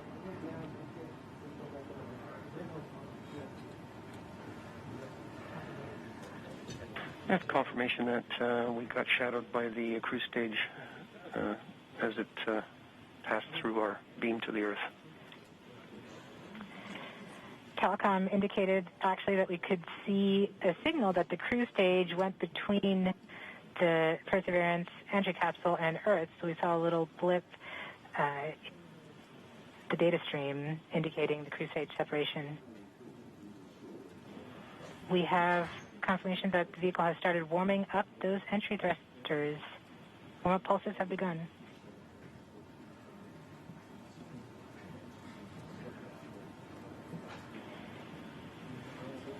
At this point, the spacecraft is trying to stop its spin from the cruise 2 revolutions per minute down to 0, and then will turn to its desired orientation from entry. It will separate the 2 balance masses that has kept it balanced during all of cruise. This will allow the entry capsule to have lift when it enters the atmosphere. We have confirmation that the spacecraft has turned to the desired entry attitude. We are about 7.5 minutes from entry interface. Okay, the vehicle is pointed in the right direction. The thrusters are warmed up and doing their job. And now we've spun down from the 2 revolutions per minute that the vehicle had the whole way to Mars. It's a spin-stabilized spacecraft. And then from here on out, it's going to just be a bullet, and it's going to control its orientation and attitude via rockets on the back of that back shell. Points carrier lock. The DTE from Radio Science from Green Bank reports carrier lock. Do you see the carrier on the downlink?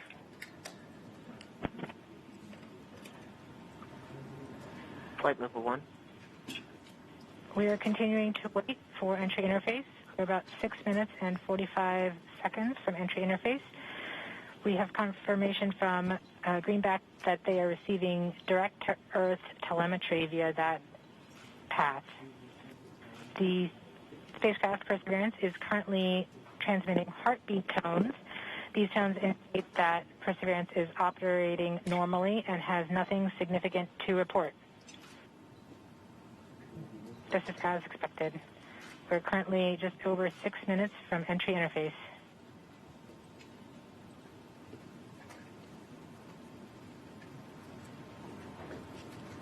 Okay, and now we wait.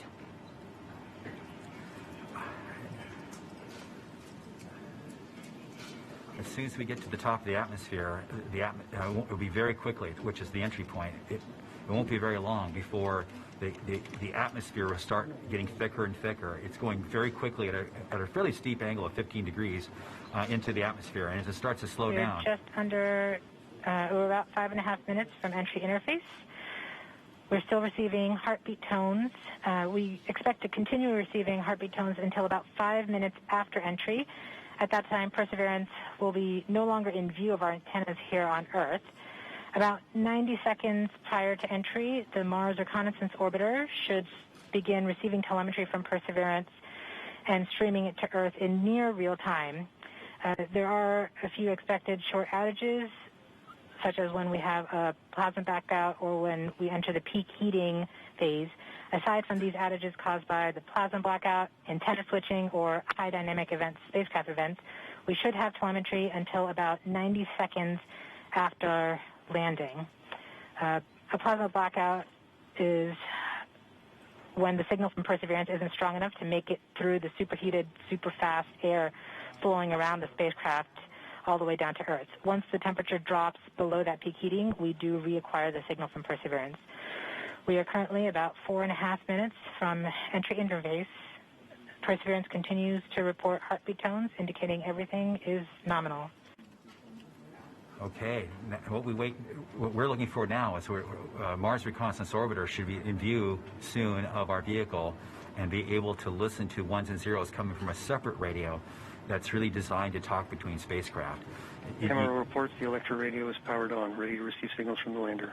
Okay, MRO is ready and able and waiting for to hear from our rover. Mars Reconnaissance Orbiter has reported that it's ready to receive the signals from Perseverance. It should be in a few minutes here. We're just Flight Local 1 from entry interface.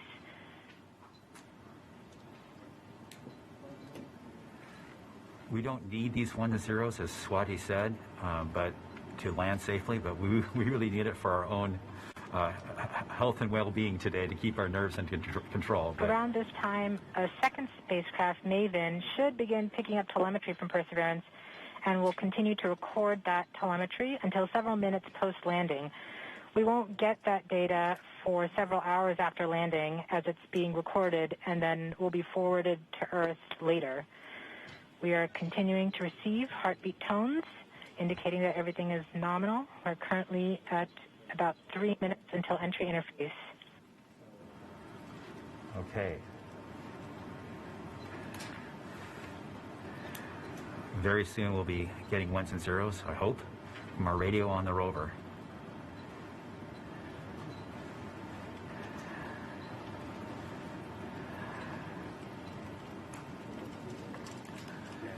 The entry interface is nothing more than just an arbitrary place in the sky that we've defined to be above the atmosphere. But from that point on, there's definitely atmosphere, and above it there isn't. We are 2 minutes from entry interface. Perseverance is to transmit heartbeat tones, indicating everything is nominal. So the tones can tell us whether something is bad or not is happening. So far the heartbeat is doing well. So the vehicle thinks it's in good shape to land, which is a great sign.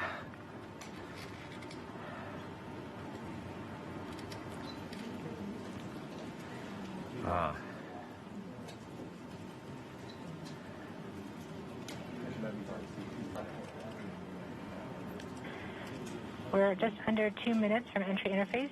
As it gets closer to Mars, Perseverance is actually being pulled in by gravity and accelerating. By the time Perseverance reaches entry interface point, she should be going just under 5.4 kilometers per second. We're at about 90 seconds from entry interface and standing by for Mars Reconnaissance Orbiter to pick up the telemetry.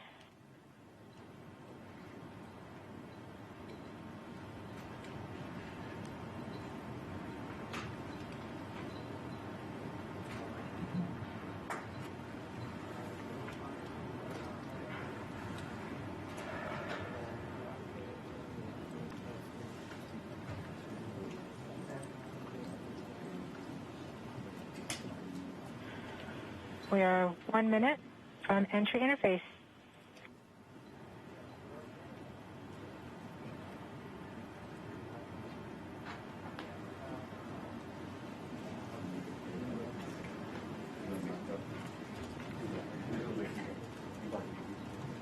MROs are in receive mode. We have confirmation that the Mars Reconnaissance Orbiter is now relaying data from Perseverance. We're about 30 seconds from entry interface. Perseverance is going about 5.2 kilometers per second and is about 190 kilometers altitude above the surface of Mars. Confirm your jet data flow.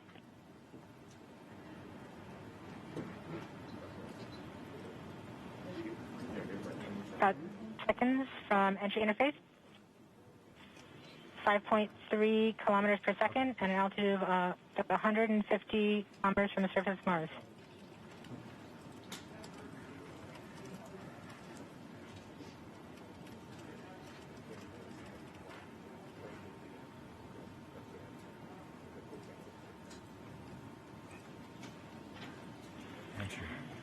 We have confirmation of entry interface.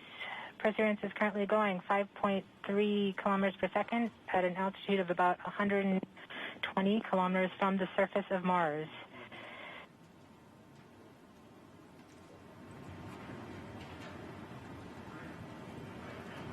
The spacecraft is now waiting until it begins feeling the atmosphere of Mars slow it down. Once there is enough atmosphere, it will start controlling its path to the landing target.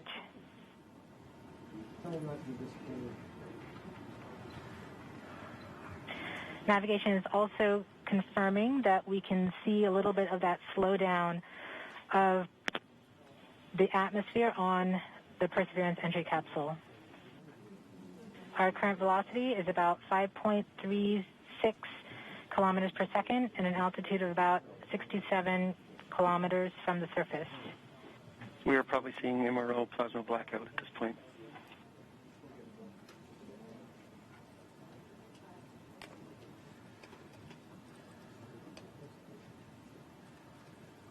The vehicle should be doing its turns right now.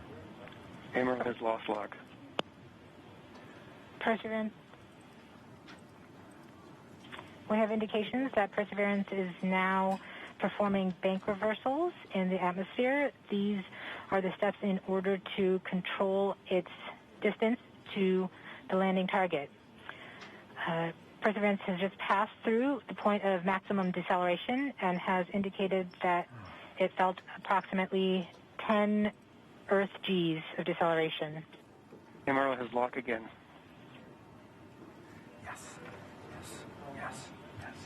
We saw a small outage of the UHF telemetry from Mars Reconnaissance Orbiter during that peak heating phase, likely caused by the plasma blackout.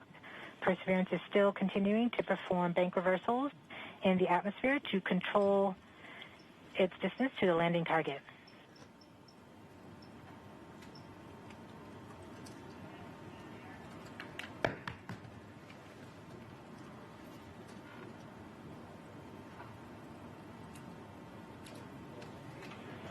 Perseverance is going about 1 kilometers per second at an altitude of about 16 kilometers from the surface of Mars. We have entered heading alignment, which means Perseverance is no longer trying to control the distance to Mars, to the target on Mars, but instead is flying straight to the target.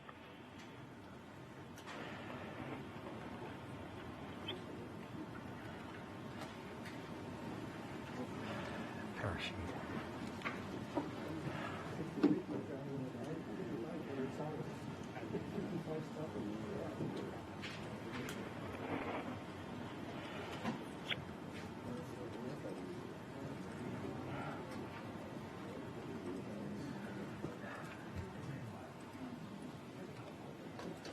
Our current velocity is about 550 meters per second at an altitude of about 15 kilometers from the surface.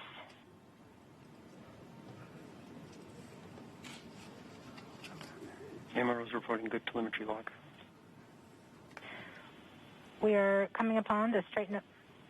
We are starting the straighten up and fly right maneuver, where the spacecraft will jettison the entry balance masses in preparation for parachute deploy and to roll over to give the radar a better look at the ground. Yes. The navigation has confirmed that the parachute has deployed, and we are seeing significant deceleration in the velocity. Our current velocity is 440 meters per second at an altitude of about 12 kilometers from the surface of Mars.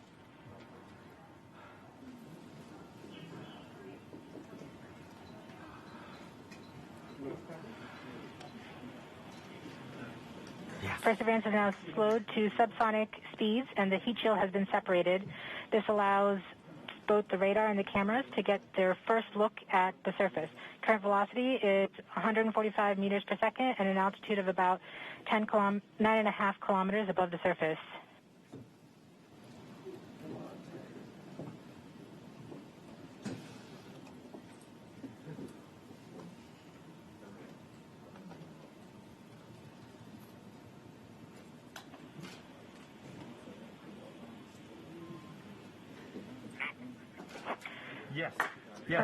Yes. Perseverance now has radar lock on the ground. Current velocity is about 100 meters per second, 6.6 kilometers of the surface of Mars. Perseverance is continuing to descend on the parachute. We are coming up on the initialization of terrain relative navigation and subsequently the priming of the landing engines. Our current velocity is about 90 meters per second at an altitude of 4.2 kilometers.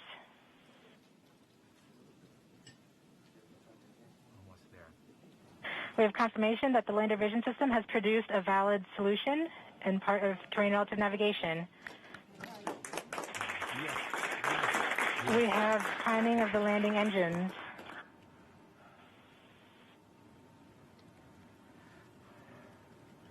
Current velocity is 83 meters per second at about 2.6 kilometers from the surface of Mars. We have confirmation that the back shell has separated. We are currently performing the divert maneuver. Current velocity is about 75 meters per second at an altitude of about a kilometer off the surface of Mars. TRN Safety Bravo. We have completed our terrain relative navigation. Current speed is about 30 meters per second, altitude of about 300 meters off the surface of Mars.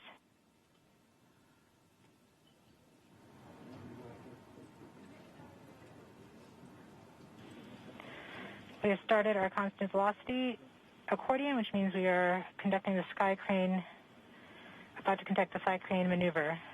We've lost direct-to-Earth tones. As expected. As expected. Sky crane maneuver has started, about 20 meters off the surface.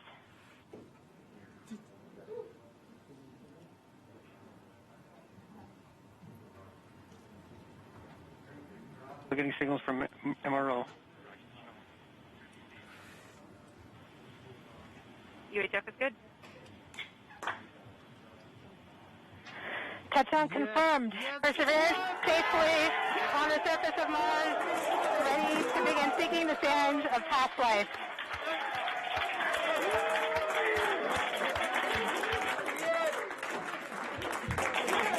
At this point, the descent stage has flown away to a safe distance. Perseverance is continuing to transmit direct through Mars Reconnaissance Orbiter to Earth.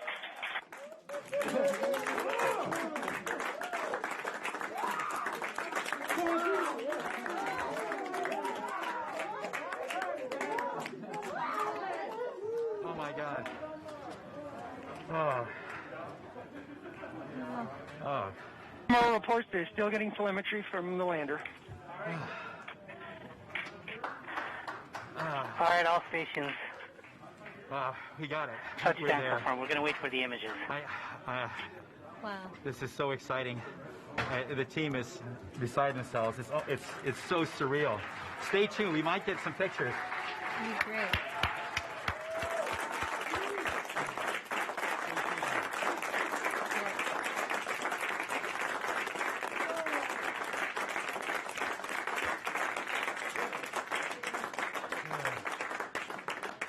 So much has been riding on this.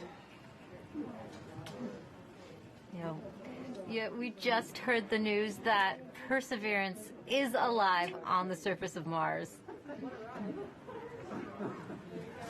It's not Flight, we have seen the completion of EDL 3000. Copy activity. That is as expected.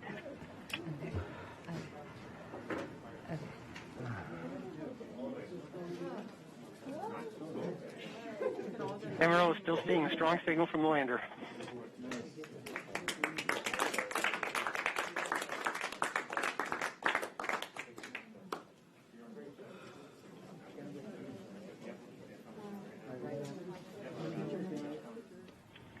We have just heard the news that Perseverance is alive on the surface of Mars.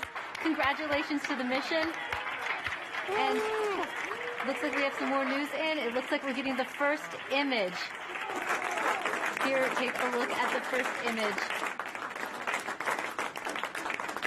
Flight, this is OL3. I have the target point on the map when you are ready. We are ready, OL3. Go for it.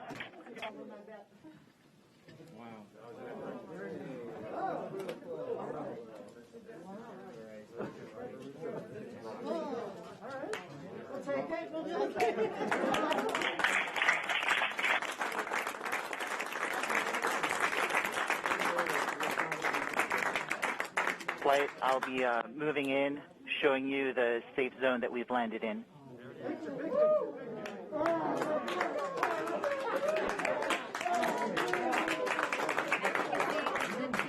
Just put the first image from Perseverance on the surface of Mars. Now, it comes from the engineering cameras, known as the Hazard camera.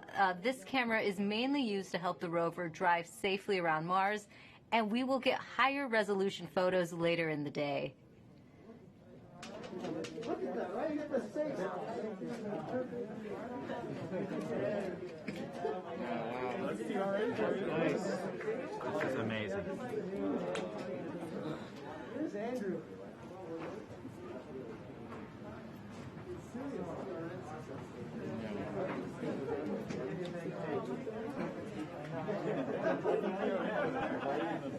For Steve. Stand by for Steve.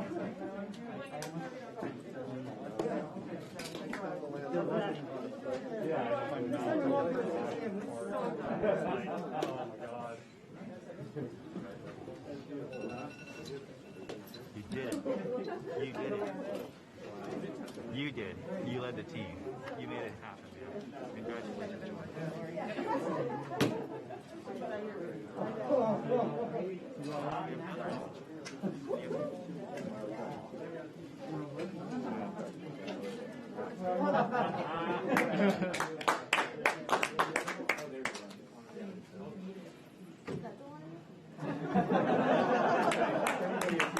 We just got our second image in.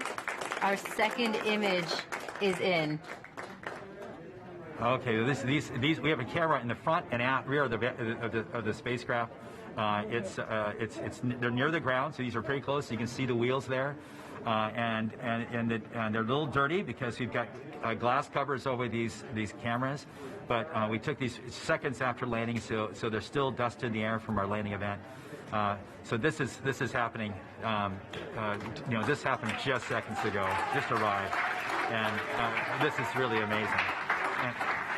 And we even know where we landed. This is the most amazing thing. The vehicle has told us where it's landed because it figured it out.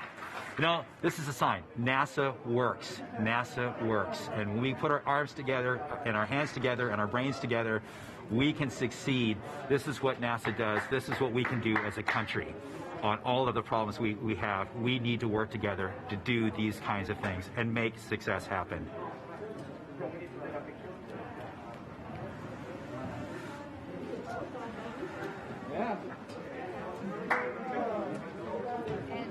Joining us now is the acting administrator of NASA, Steve Jurczyk. Steve, welcome and congratulations. Hey, thank you. What an amazing day. How does it feel to have another rover on Mars? It's amazing to have Perseverance join Curiosity on Mars, and just a credit to the team. I mean, just what an amazing team to work through all the adversity that goes and all the challenges that go with landing a rover on Mars, plus the challenges of COVID, and just an amazing accomplishment. And what does this mean for NASA and its future plans? So for robotic exploration, every time we execute a mission with new instruments, we discover new things and things we never thought we would discover. So that always informs our future robotic missions, both landers, rovers, and orbiters. This mission also has technology on it. One of the cool things is the Ingenuity helicopter.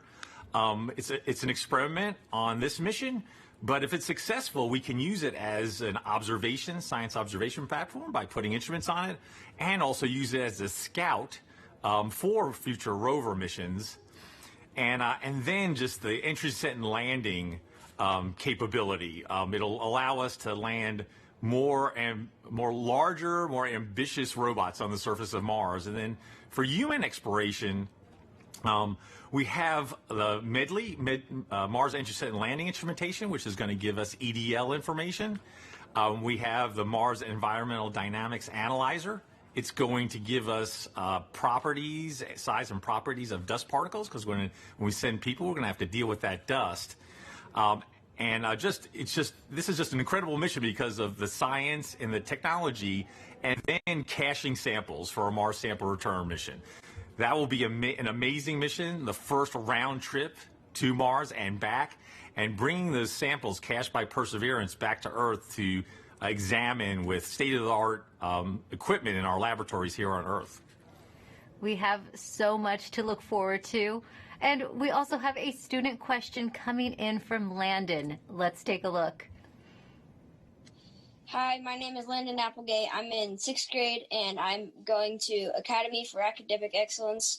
And my question is, do you think we could get resources from Mars to help on future missions, or even as like a launching point? Great question, Landon. Actually, we have an experiment called the Mars Oxygen In Situ Resource Utilization Experiment, or MOXIE, and it's going to demonstrate generating oxygen from atmospheric CO2, and that could help generate breathable oxygen, and even if we can liquefy it, oxidizer for propulsion systems. So that's a tech demo on Perseverance. And then we're going to continue to characterize the frozen water on and below the surface of Mars, and eventually try to figure out how to extract that water from the Martian soil, or what we call regolith, and then we can use that for potable water and also break it down into oxygen and hydrogen for rocket fuel. So absolutely, we're going to try to eventually figure out how to live off the land to support human missions to Mars. Thanks for taking the time to talk to us today, Steve. Thank you. And now that Perseverance has safely touched down on Mars, let's learn more about what's in store for the rover. Joining us now is Surface Mission Manager Jessica Samuels. Jessica, your surface operations team has now taken over. What are they doing now? Yes. Hi, Raquel. We are so excited here in the Surface Mission Support area. The team will do a handover with the entry, descent, and landing team and pass any critical information. And then this team behind us will be the team that does the health and safety assessments daily as we progress on this mission. And what do the upcoming weeks look like for your team? So as we enter Mars time now, the commanding team will be working overnight while the rover is asleep so that we can perform the initial checkouts of our key rover functions and our science instruments. And we have to do this all in time for the regularly scheduled communication pass, which happens in the morning. And so we will be working around the clock, making sure that Perseverance is healthy, and we will begin this exciting adventure. And can you tell me, what's it like living on Mars time? It's a little bit like constantly, flying and changing your time zone.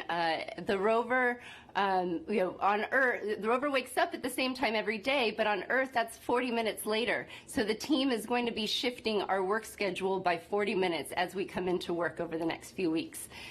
So it'll be exciting and some late nights, but we're also excited and we can't wait. It's a whole new lifestyle. Yes. We also have a student question for you. This is Sophia's video. Hi, my name is Sofia Lopez, and my question for NASA is, how's Perseverance gonna survive? And here's a drawing that I made from Perseverance thinking about Earth. Thank you. Well, Sophia, Perseverance survives with a power source that charges its batteries overnight while it sleeps, and it keeps heaters on so that all of our critical electronics can stay warm, as well as our mechanism.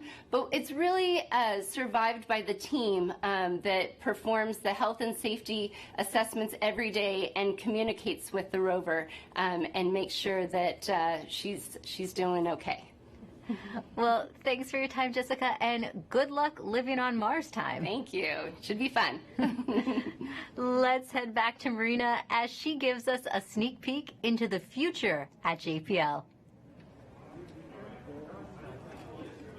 Thanks so much, Raquel. It's definitely bustling behind me. It's not quiet like it was just 20 minutes ago. And congrats to the whole team. What an amazing accomplishment. Mike Watkins is the director of NASA's Jet Propulsion Laboratory. He was the mission manager during the Curiosity rover landing on Mars. Welcome, Mike. Oh, thanks. Glad to be here. You can see all my mask markings on. Well, you were just celebrating, and rightly so. Now, you've been around for a number of Mars landings. What makes this one special?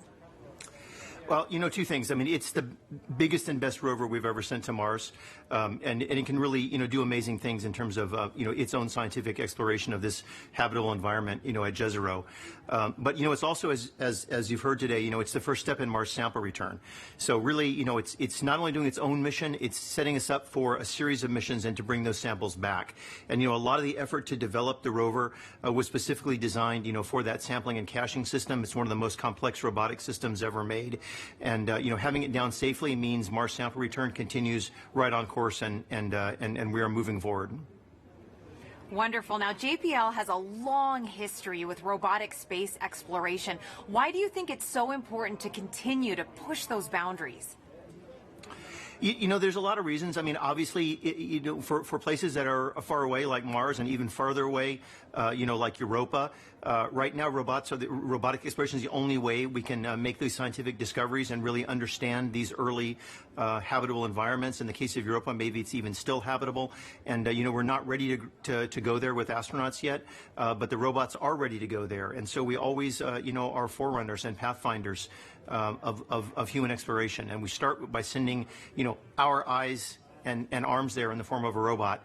And it is just fantastic to be able to do that and to learn from each rover, learn from the science and the engineering, and make the next one better and make more and more discoveries. And every time we do one of these missions, we make fabulous discoveries. And each one is more exciting than the last. The future does look exciting. Now, as director of JPL, what would you like to say to those teams right now celebrating?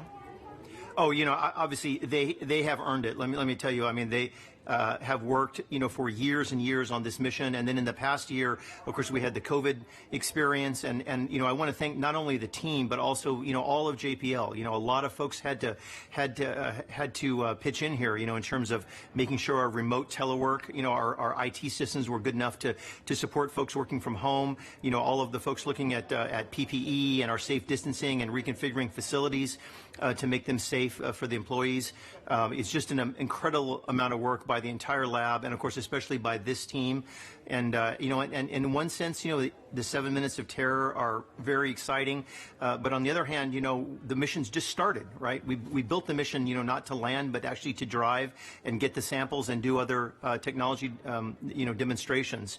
And so, for much of the team, this part of the mission's over. But for most of the team, the mission's really just starting. And so, I think they're very excited. But everybody, I think, can take a deep breath and a sigh of relief now that we are safely down on the surface.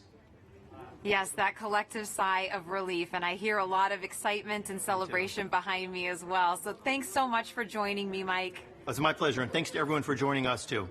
Congrats again to the Mars 2020 Perseverance team for a successful landing. Back to you, Raquel. Now, there will be a flight test coming up for the Ingenuity Mars helicopter, and if this technology experiment is successful, it would mark the first time we have taken a power-controlled flight on another planet. Sometimes you have to do something just to show that you can do it. When the Wright brothers flew for the first time, they flew an experimental aircraft. And in the same way, the Mars helicopter is designed to show that we can fly powered helicopter flight in the Martian atmosphere.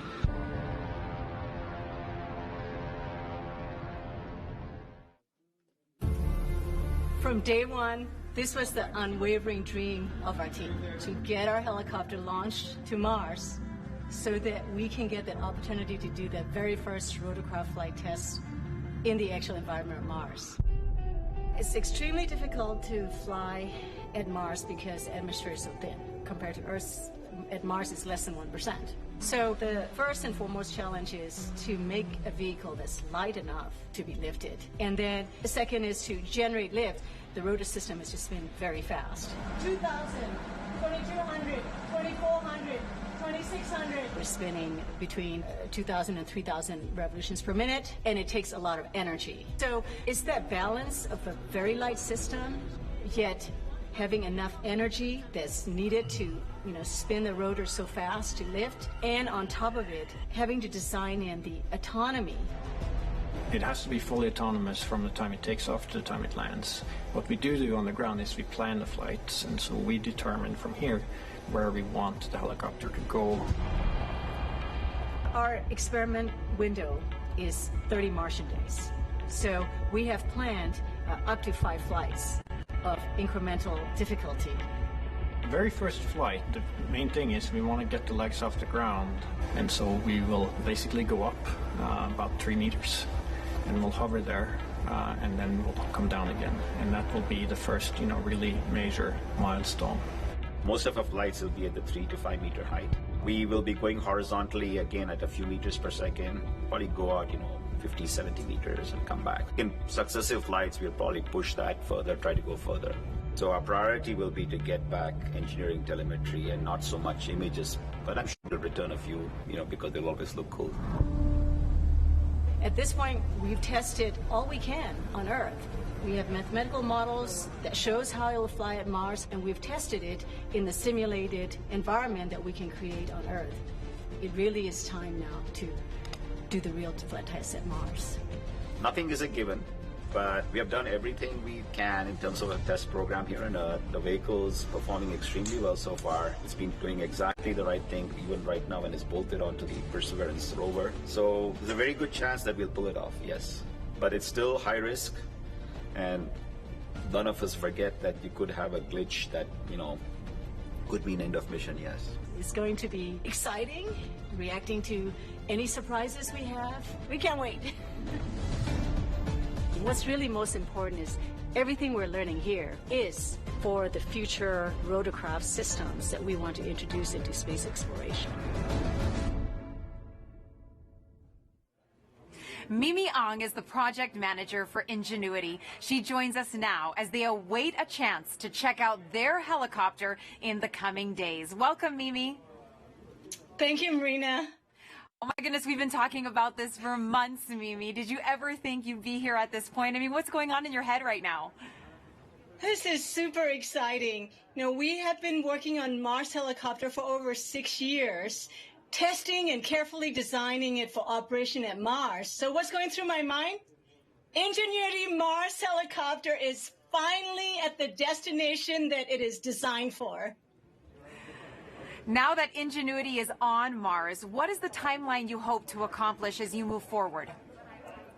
We have a series of major milestones between now and Ingenuity's first flight. So tomorrow we'll turn on the helicopter and its base station to confirm health after experiencing the dynamics through the EDL just now. And the next major milestone will be when the rover deploys the helicopter to the surface. And that marks the first moment that Ingenuity operates on its own in a standalone manner. And surviving that first cold, frigid night of Mars will be a major milestone. We'll execute a series of checkouts, and then we will perform that very important first flight. And if the first flight is successful, we have up to 4 more flights in the 30 Martian days that we have set aside for our flight experiments. And that's when you finally can breathe, right, Mimi? Now, why is it so important to have that aerial dimension to space exploration? A helicopter flying far ahead of rovers and astronauts in the future can provide high-definition reconnaissance information for the rovers and the astronauts before they take the long journeys. And as importantly, being able to fly will enable us to get to places that we cannot get to with rovers and astronauts, like sites of steep cliffs, deep inside crevices, areas of high scientific interest. It will be game-changing. Game-changing is right, and we've talked about this a lot. You've mentioned the risk is huge, Mimi, but the reward is high. What will be your greatest reward? Our team started with the question of whether a helicopter can fly at Mars, given the extremely thin environment. And we systematically demonstrated a series of technical steps. We demonstrated lift first, and then we demonstrated lift and the first ever powered control rotorcraft flight in simulated Mars atmospheric density. And then we went on to build the full-up helicopter that can not only fly, but operate and survive autonomously at Mars, all under 1.8 kilograms, about 4 pounds. And each of these major milestones have been a first. And the success at each of these has been so rewarding. And along the ways, the rewards just kept coming. And I have to tell you, at this moment, it's going up exponentially. So after all these tests, analysis, simulations, and more tests on Earth, our team now gets a chance to test, prove, and learn how it works in the actual environment of Mars. Our team can't ask for a bigger reward than that. Oh, Mimi, I'm so happy for you and your team. And now we're going to take a question from social media on Instagram for you. At Not Vibhuti asks, is the helicopter going to be doing science? Well, the helicopter Ingenuity is a technology demonstration, and we are demonstrating the ability to fly and learning how to fly for the very, very first time.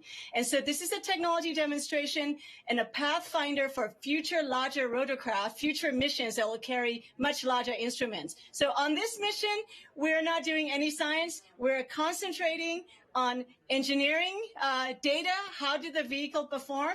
And as you saw Bob Belram in the video before, we will be taking a few first ever color pictures from the flying aerial vantage point, but they'll be icing on the cake. For this one, this is all about engineering data and how do we fly compared to all our tests we have done on Earth. Mimi, so much for your team and the future generations of scientists and engineers to look forward to. Thank you. Thank you so much for joining us, Mimi, and good luck to your team with that first test flight. Thank you so much. Now, we look forward to the Perseverance rover and Ingenuity helicopter beginning their journeys on Mars as their adventures are just about to start. Go Perseverance and go Ingenuity. Back to you, Raquel. Thanks, Marina.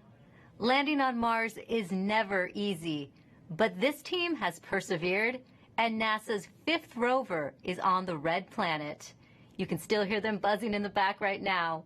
And to get the latest updates on Perseverance as it explores Mars, follow at NASA Persevere on Facebook and Twitter. I'd like to thank everyone watching for joining us today. And to the students and teachers tuning in, we hope you learned a lot from today's landing, and thank you for all your questions.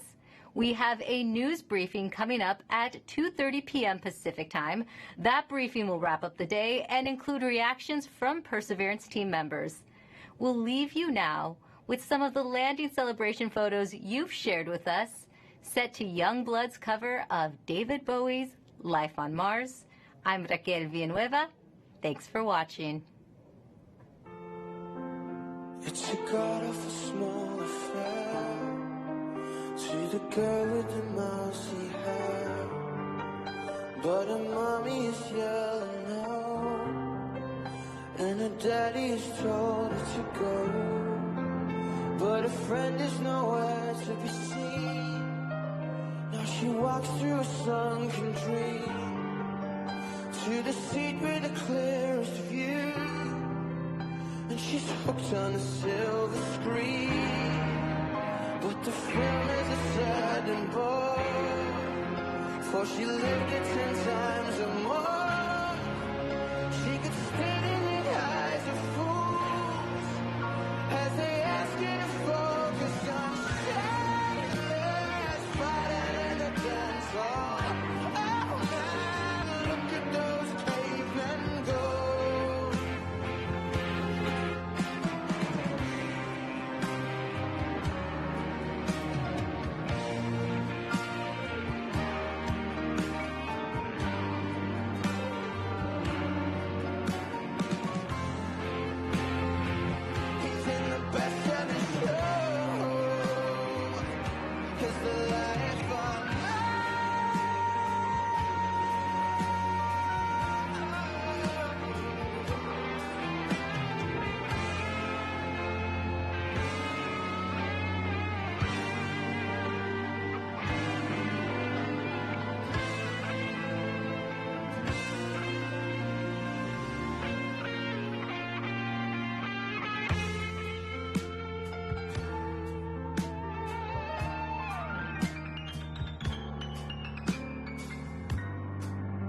Now the workers strike for fame, 'cause Lennon's on sale again, for the mice in that million hordes from a